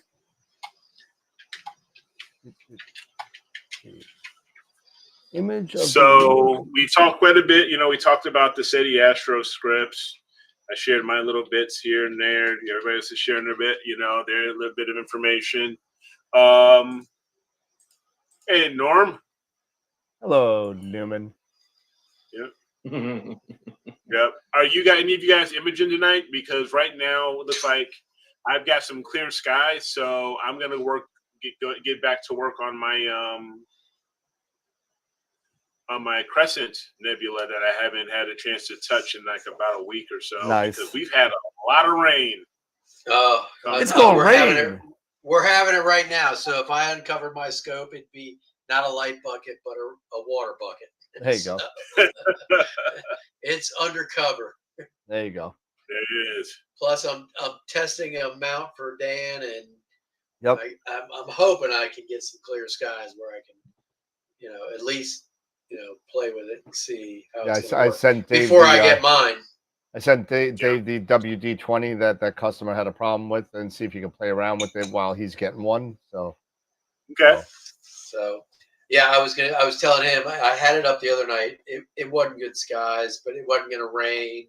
So I got it set up. First, I had to make it fit my EQ6 tripod, which actually turned out to be a lot easier than I thought it was going to be. I have the extension pier, so basically took the top off that extension pier, and obviously on the WD-20 it has a 3/8 by 16 center bolt, but then it has 3 6mm spots around the outside of that. And on that extension pier top, there are 3 holes that are like already you can see where you could drill. And I just drilled through it, put holes in those spots in that part. And sure enough, they lined up with that. So, and basically all I had to do was put the 3/8 center bolt, line the one up, and put a 6mm Allen in that so that it's stable. Put that back on the pier, on the pier extension. Nice. So it's good. Nice. So I got it set up and I got everything up, put the scope on it. Like I said, it was kind of cloudy and everything, so I wasn't even going to be able to try to see how guiding or anything was like that. But I figured, well, let me see if it's going to do a meridian flip. So I got everything set up. Everything in my Nina is pretty much set to where it normally would be. And I found a target, slew to a target that was close to the meridian, like 10, 15 minutes out from the meridian, and let it go. And it went and went and went and went and went, and it did not flip. And I go, God damn it. So, and if I went out there with the remote, I could hit meridian flip now and it would flip. But, ideally I want Nina. Yeah, it's got to be something in the setting, because I know that it works. But so the one thing I was saying is telling Dan is when I was watching it, I noticed that, when you're watching your telescope and watching it as it's tracking, the deck and the RA those numbers didn't move, never moved. But the alt and the as were moving. And Okay. like, well, why are those moving and not deck and RA? I don't have it in alt as mode. I have it in German equatorial mode. But for some reason, and I got on their forum today or the other day, and I asked around, and somebody said that you have to have the tracking set to normal. And I'm like, well, I'm pretty sure I have it set at sidereal. But that might be an on-step thing. They're both set. Everything in the mount with the remote, I have it set at sidereal. On step, I have it sidereal, and on Nina, I have it set at sidereal. So I have to go in it with the remote, I think, and go to tracking and see if it says normal, I'll hit normal and see how that makes works. a difference. I can always get in touch with Frank over at Warp Astron and find out also as well. I'll send them. I don't know who it was that answered my question from them today. Let me see who that was. It was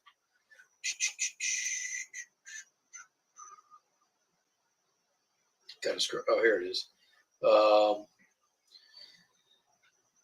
It just says technical, so I don't know who that was.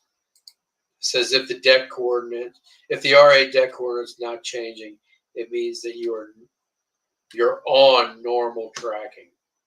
So I have to check that.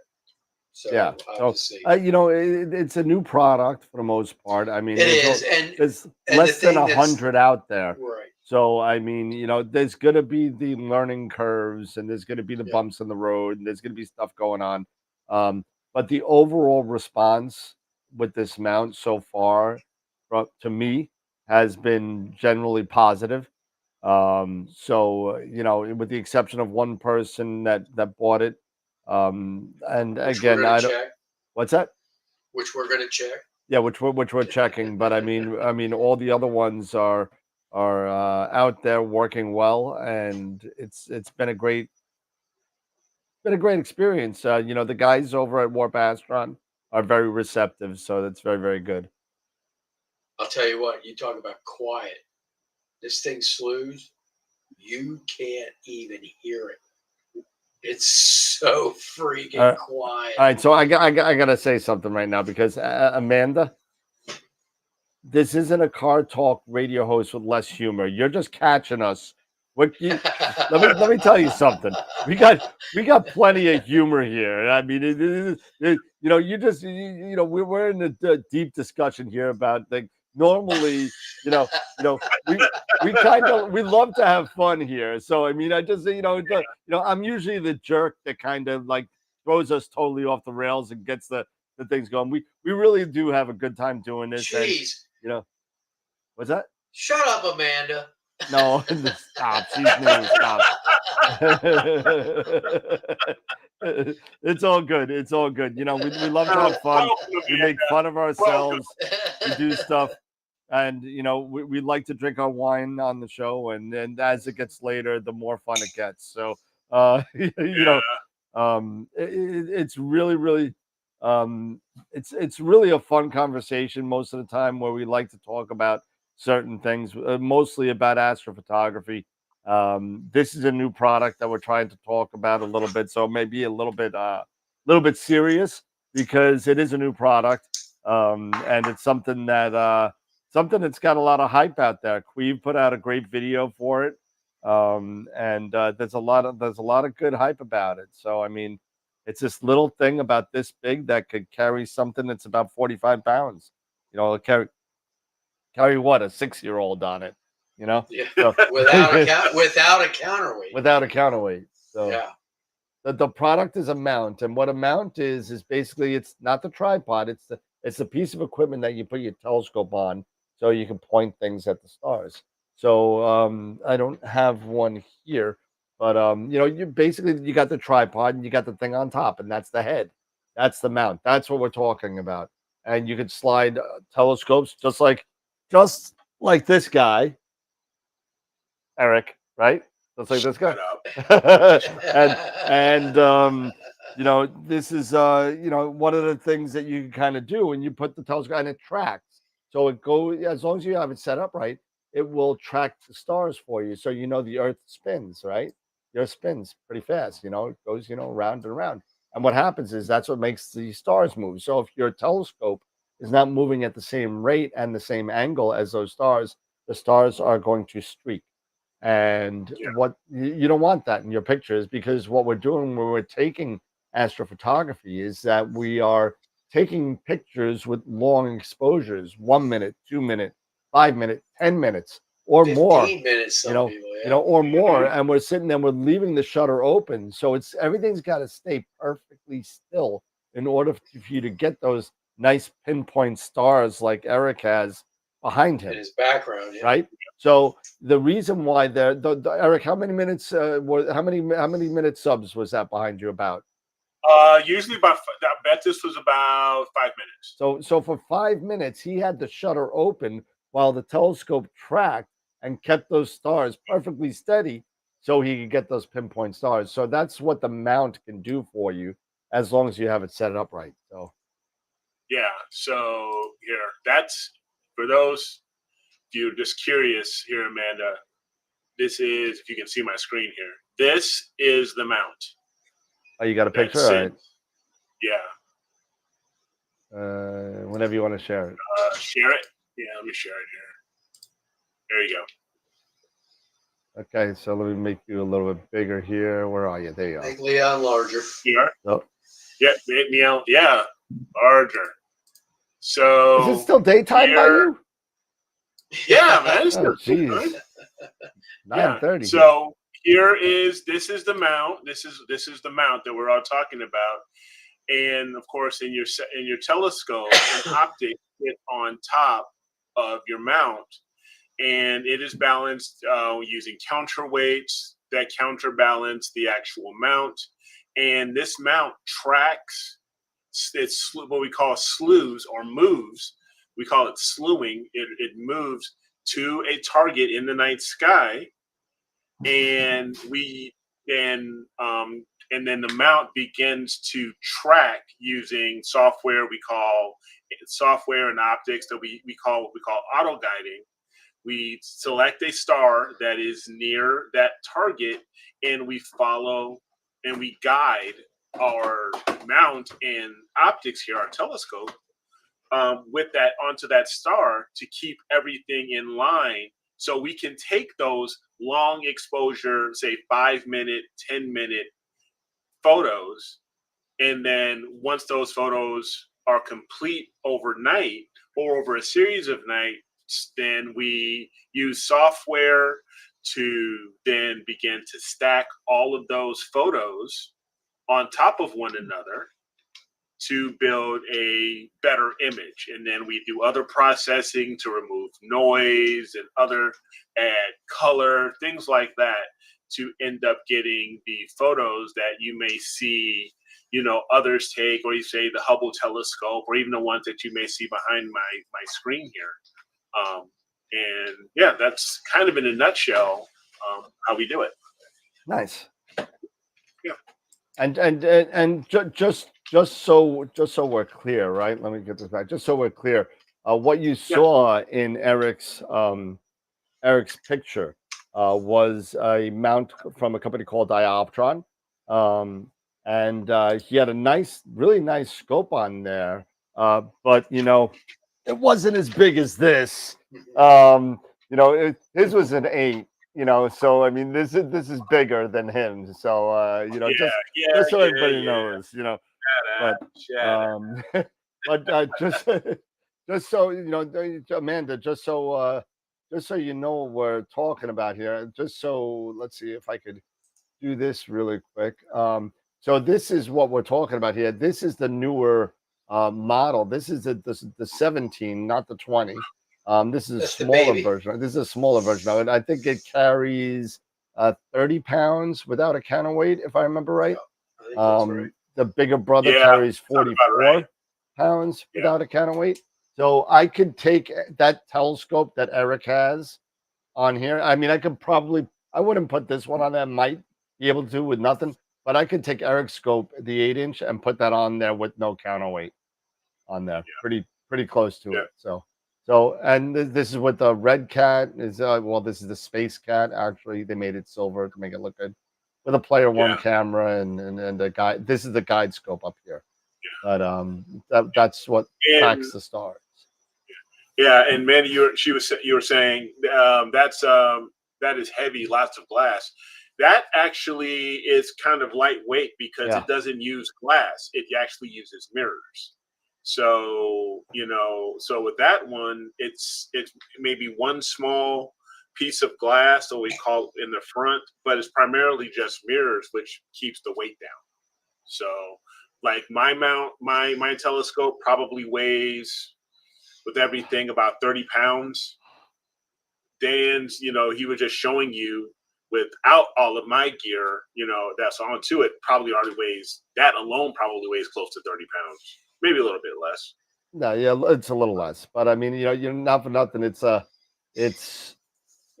I'm just using that C9 to stretch out the back. It's not helping me any, but I mean, just trying to stretch it out a little bit. So.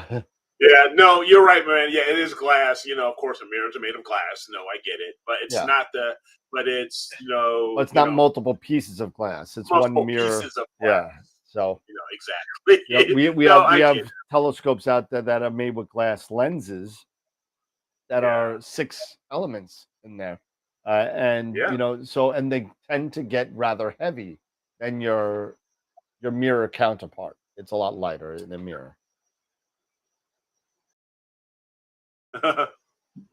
Can you video us a YouTube of that? She's messing around with it. She's messing around. Look up stellafane.com and they will show you how to make a mirror yourself.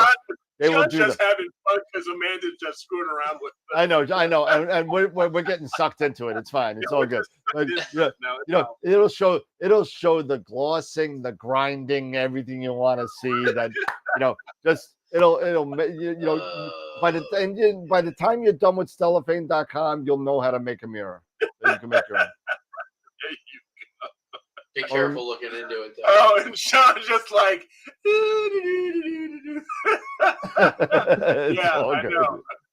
Yeah. So right. Here, let me share my screen real quick here, and before you do that, I think it's time. Just because of Amanda, I think it's time. I think it's time for the return of the shirt. The shirt. I'm gonna bring it back. And I had a shirt, and it said, "Sometimes it's not about the length with the refractor on it; it's about the girth with the CT on the bottom." So I think I'm gonna make another one, and I'll do it. So. Oh man. Yeah. That's funny. So Sean, this is only a couple hours right here. on that Okay. carbon star. Oh, the new Wow. one. No, Wow. it's looking. It's about great. 5 hours. That's great. Not Yeah, it's too coming together nice. shabby. Yeah, it's only Yeah, 5 hours so- at F4. Yeah, and this is before I think I put the mask on the primary mirror, so you can see, the little tails coming Yeah, out of that star. diffraction. Yeah, the extra diffractions. Yeah. But I mean, it's unbelievable. I mean, you can see the bow shock there, and looks like there's one here too. Yeah, it looks like it. It's only like 5 hours, and then that's all I've been able to get because The weather sucks. So the weather is terrible. I think probably in August when I go and visit Sean and Ron, I purchased an acoustic bass guitar. So I think, let us know what you want to hear on Astro Jam with Dan and Sean because we'll do a song for you. We'll do a poll on what song you want to hear, and we'll try and learn it and not screw it up too bad. So something in the 80s, 90s, 2000s rock, not this other hippie stuff that I've been listening to. I Good can't. one, Fredo. Have a good one. I'm not doing no mamas and the papas stuff, so I'm not doing that.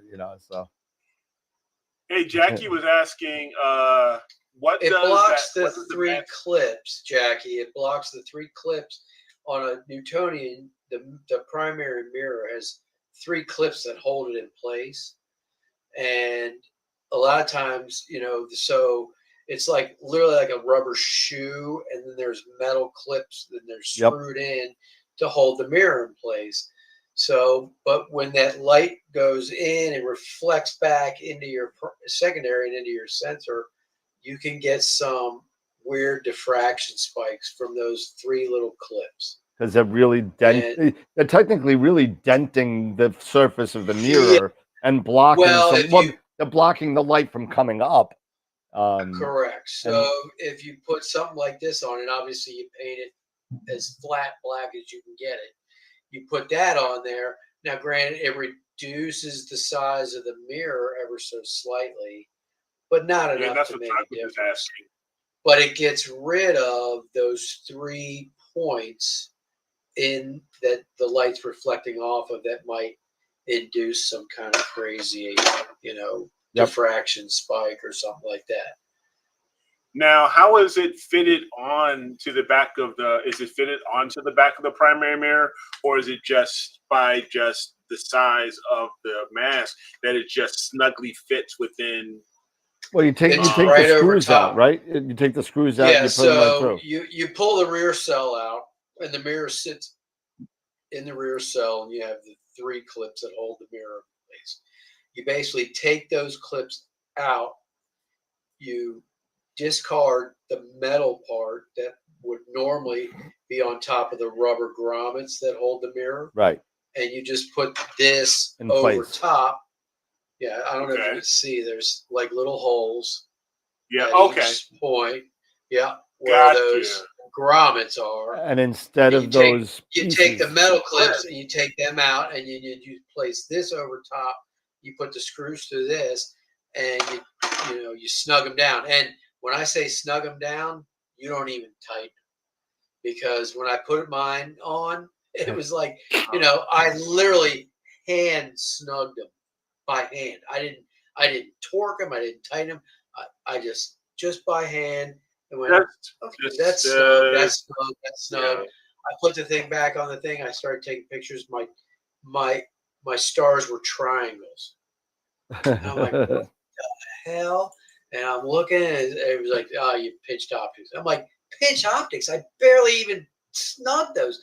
So I took it back off and literally loosened them up enough to where the mirror could still rotate. But because the rubber grommets and everything, it's not falling out or anything like that. Right. But and put it back in, stars were perfect and round. And I was like, Here you go. oh my God, it's hard to believe that just that little bit of pressure on that mirror will pinch the optics There you that go. much. It's hard to believe. Wow. It's getting That's close to that it. time, man. Yeah, it is. It is. So, So, uh, Amanda May, I hope you had a good time tonight. You know, so yeah, hanging out with us. Yep, exactly. no COVID talk. Oh, No, Yeah. we got somebody in there. It might be a spammer. Not sure yet. we don't call it COVID. We call it the Chinese Red Death. Oh, jeez. Here we go. Now it's time to call it. All right. Yeah. No, Oh, jeez. oh God. That's what it is. Oh my goodness. Oh, Amanda, we're not going there. So we're not going there. This is No, we're not. this is sci-fi No. and astronomy. This is what we do. You see, Sean's got Darth Vader right behind him. I mean, how do you not I know? know. Don't know. make him pull out his lightsaber. I don't understand why the lightsaber is just blue now. I'm missing the colors. You know, The reason that it's blue actually looks better on video on the camera. than the red does. Yeah. I don't know, but Yeah, I the don't red- remember it Darth should- Vader having technically a it should blue be red, but lightsaber. it doesn't look very good.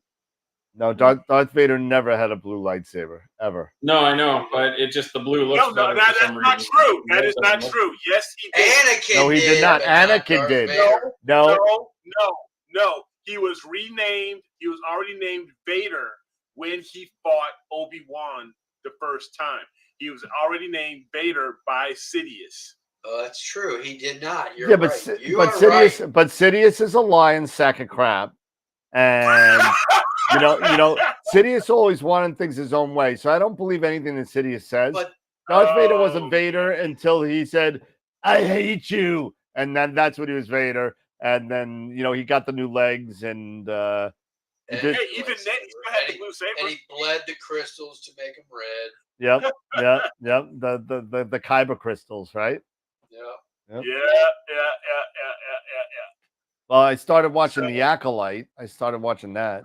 So And how You know what? I don't care what anybody says. With all the diversity, woke, this, that, and the other. I'm in it for the story. The story's Me too. not bad. It's not just bad. But you the know, science is but you not- know what you know annoys the what? crap out of me though, Eric. And I know you're a big It's the Star New Wars fan. Republic. You know what? And this is the New Republic, so I'm it okay hasn't with really that. done I'm anything. all right with that. I'm fine with that. I like the stories. I've read all the books from Dawn of the Jedi, which is like 10,000 years before Star Wars. Nobody even thought Yeah. about it. Yeah. All the way up to the way past Return of the Jedi, way past the Dark Fleet Crisis, way past all. I did all that stuff. I read them all. Okay, so I like those stories. But you know what annoys the crap out of me about Star Wars? You know what really annoys the crap out of me? That it's not Star Trek. No. I'm believe it or not, and I shouldn't be because I know it's like, it's like bad voodoo, being a fan of both, but Mm-hmm. how the hell, out of any character in the entire Star Wars, how the Can you get Jar Jar Binks? no, forget about Jar Jar Binks. I'm not even talking about it. I didn't even think about that. He's a fart in the wind. That guy. That's not.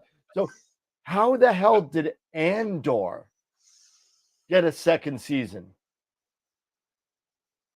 It was horrible. You know what? It was horrible. You thought Andor was bad? I thought it was I horrible. thought Andor was great. I'll put it I thought right it was next to great. Solo. I'll put it right Really? next to Solo. I Solo thought Andor sucked. was great. Solo was horrible. Solo, I hated Solo. But you didn't like Andor? I didn't like it. I hated it. Wow. Oh, I liked it. I hated it. I like You know what? I didn't care about Andor and Rogue One. I cared Rogue about One him. was one of the best movies. No, that's not what I said. Rogue That's not. One Whoa, hold on a second. That's not what I said. I said I didn't care about Andor and Rogue One. And if you remember, a couple of weeks ago, me and Eric had the same 1 and 2 in the Star Wars movies, which was Rogue One and Empire. So Rogue One was one of the best Star Wars movies out there, as far as I'm concerned. Now, that being said, Andor was a piece of garbage. I hated him. I hated his character. He did nothing for me. It's kind of like Liv Tyler in Armageddon. I mean, what the hell was she there for? She did nothing. She did nothing. She cried. It was just because her dad was singing all the songs. That's all it was. so they gave It was just so they could have her hands on the screen when Bruce Willis kills himself. I mean, you know, she did nothing. It was horrible, horrible, horrible. What do you think about the Oh Mandalorian? my god! I love it. So you like the Mandalorian? Love the Mandalorian. See, I love them. So You know, I thought Andor is better than Mandalorian. really, Yeah, because it's That's now. I suspense. thought the Book of might- Boba Fett was better than Andor. no. No, I I thought, you know, for me, if I had to go through them, it would be Mandalorian, then maybe Ahsoka, I liked Ahsoka. then Andor, then the Book of Boba. And right now, Acolyte is, you know, coming in toward. Well, last, but- I only saw the first 2 episodes of that, so I'm not even there yet. So with the Acolyte, I'm watching Ghosts and Royal Pains right now, so I'm kind of like, you know, watching a lot of garbage that I probably don't need to watch. Gotcha. But Sean, what do you think? Yeah. I don't know. I'm not even paying attention. Hey, Sean, just so you know, a dinosaur came to my house and just smashed my whole apartment, and all my inventory just got totally destroyed. And you know what? I'm not really here. It's just a ghost of myself. Remember, I said I was watching Ghosts? The ghost is me. Yeah, So, you know, you know, this is not a Force Ghost with all the funny little, you know, metachlorians floating around him and all that stuff. Metachlorians. What a dude! Retcon everything except for the first 3 movies. Retcon them all because they sucked. They sucked. Yeah, they're horrible. You know what? The funniest thing, Broom Boy. Broom Boy was the funniest thing. You know, that's what people remember. Broom Boy. It's like what's his name? It's like what's his name from The Price is Right? You know, the guy was on Price is Right for 150 years, right? What was his name? What was his name? Bob Price- Barker. Oh, Bob Barker. Bob Barker. On Yeah. Price is Right from when he was 20 years old to when he died, right? For like 70 freaking years. And you know what they're gonna remember him for? The Price is Wrong, bitch. And that's what they're gonna remember him for. You know. I mean, it's, you know, it's these things that are so Oh, stupid. I hate stupidity. I hate it. Misa thinks. Oh God, no! Please. Don't make me put my Jar Jar Nebula up. Oh, You know, don't. God. no, the Jar Jar horse head nebula. Jar Jar horse. Let's see. Oh God. Where is it? Woo! Alrighty then. There you go. Hey, Lady There you Loki go. is in the house. There you go. There's the Jar Jar That's so horse head funny. for you.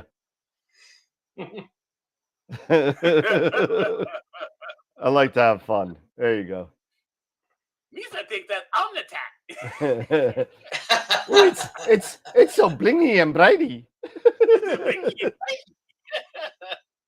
Oh God. Anyway, it's that time. It's time to go. Yep, it's so been that time, bro. And Sean, it's been a year, so I still have it.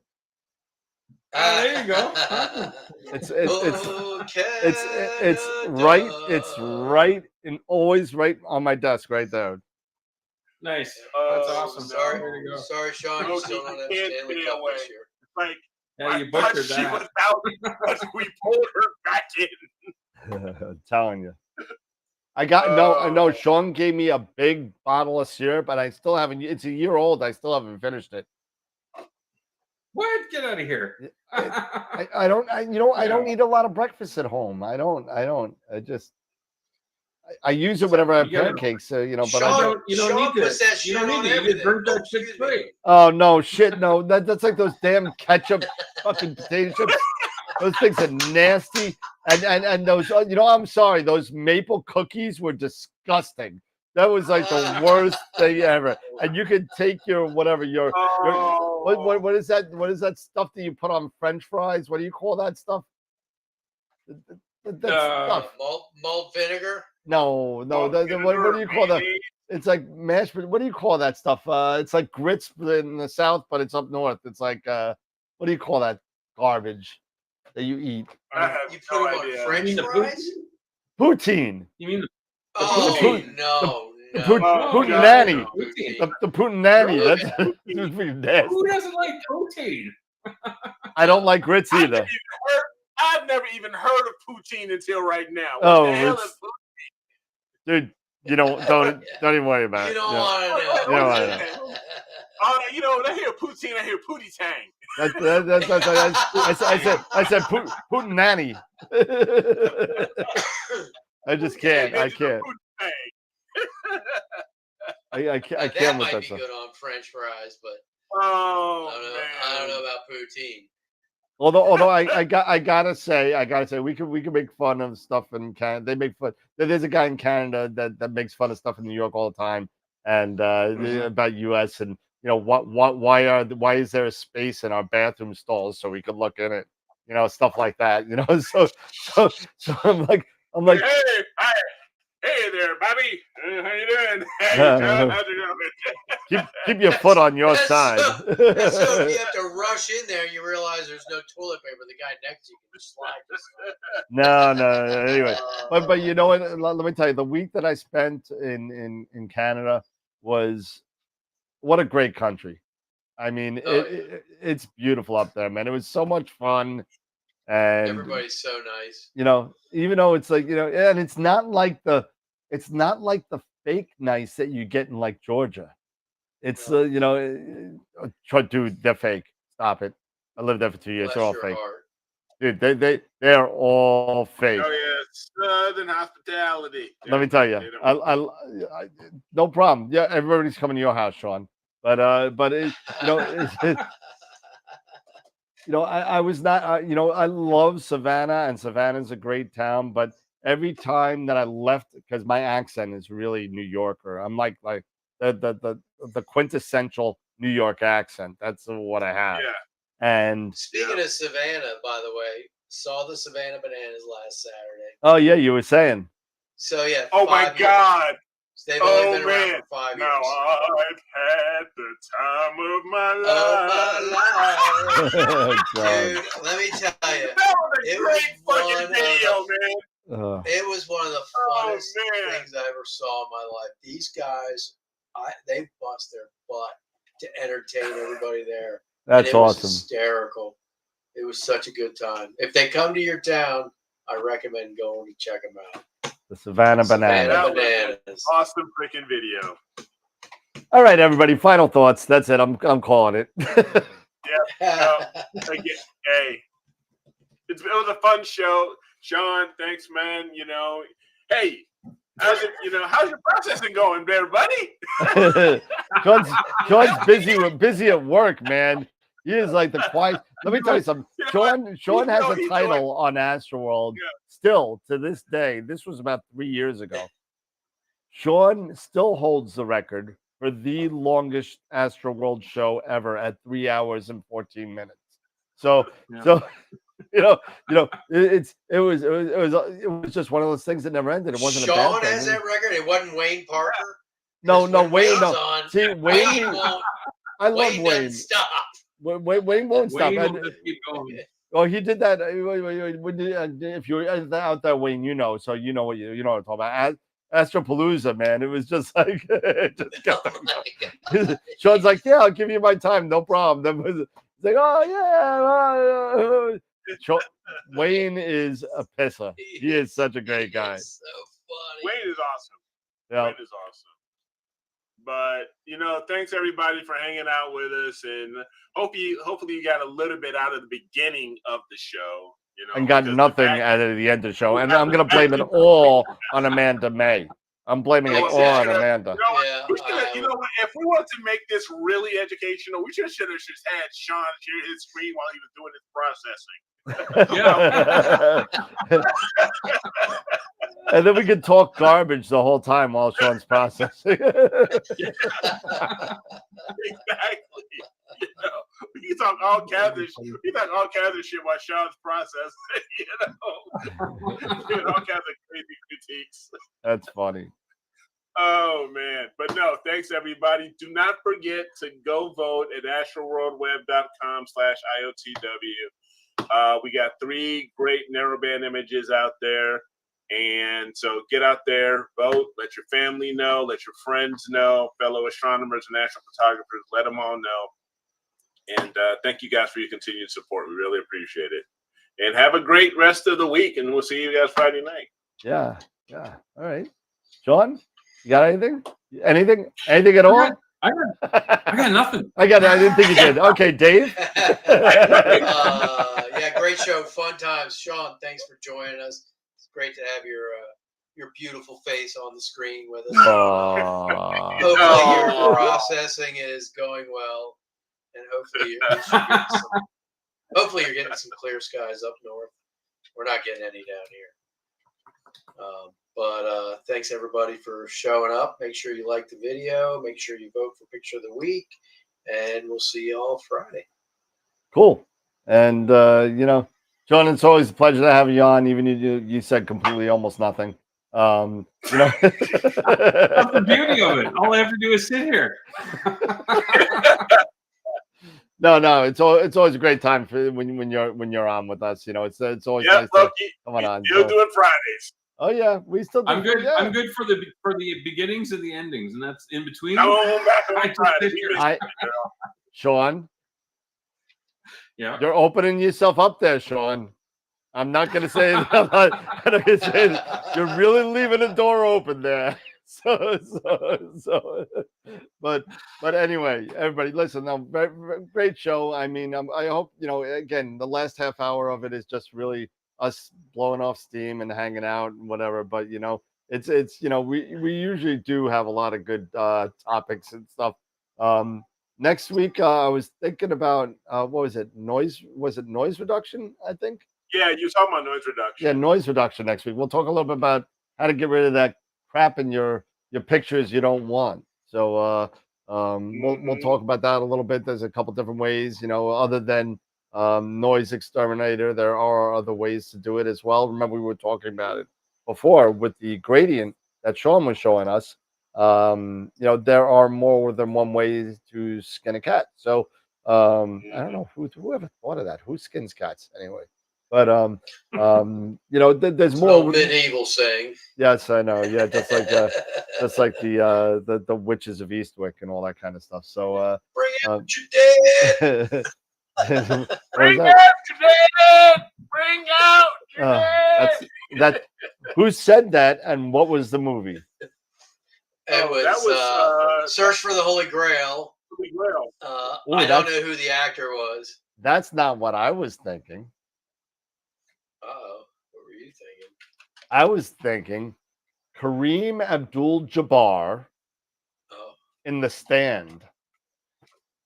Really? Oh wow, man! Bring out your dead. That's what he was saying. It was all a joke. It was coming back from Holy Grail. Search for the Holy Grail. But Kareem Abdul-Jabbar from The Stand in like 1992. It was anyway. Oh, wow. There you go. So, but anyway, piece of useless information from me. Like I do that quite a lot. But everybody have a great night. Thanks for hanging in there and chilling out with us for the last half hour. I know it was kind of dreadful, and then we dropped from 30 watchers to about 17 in about 20 minutes.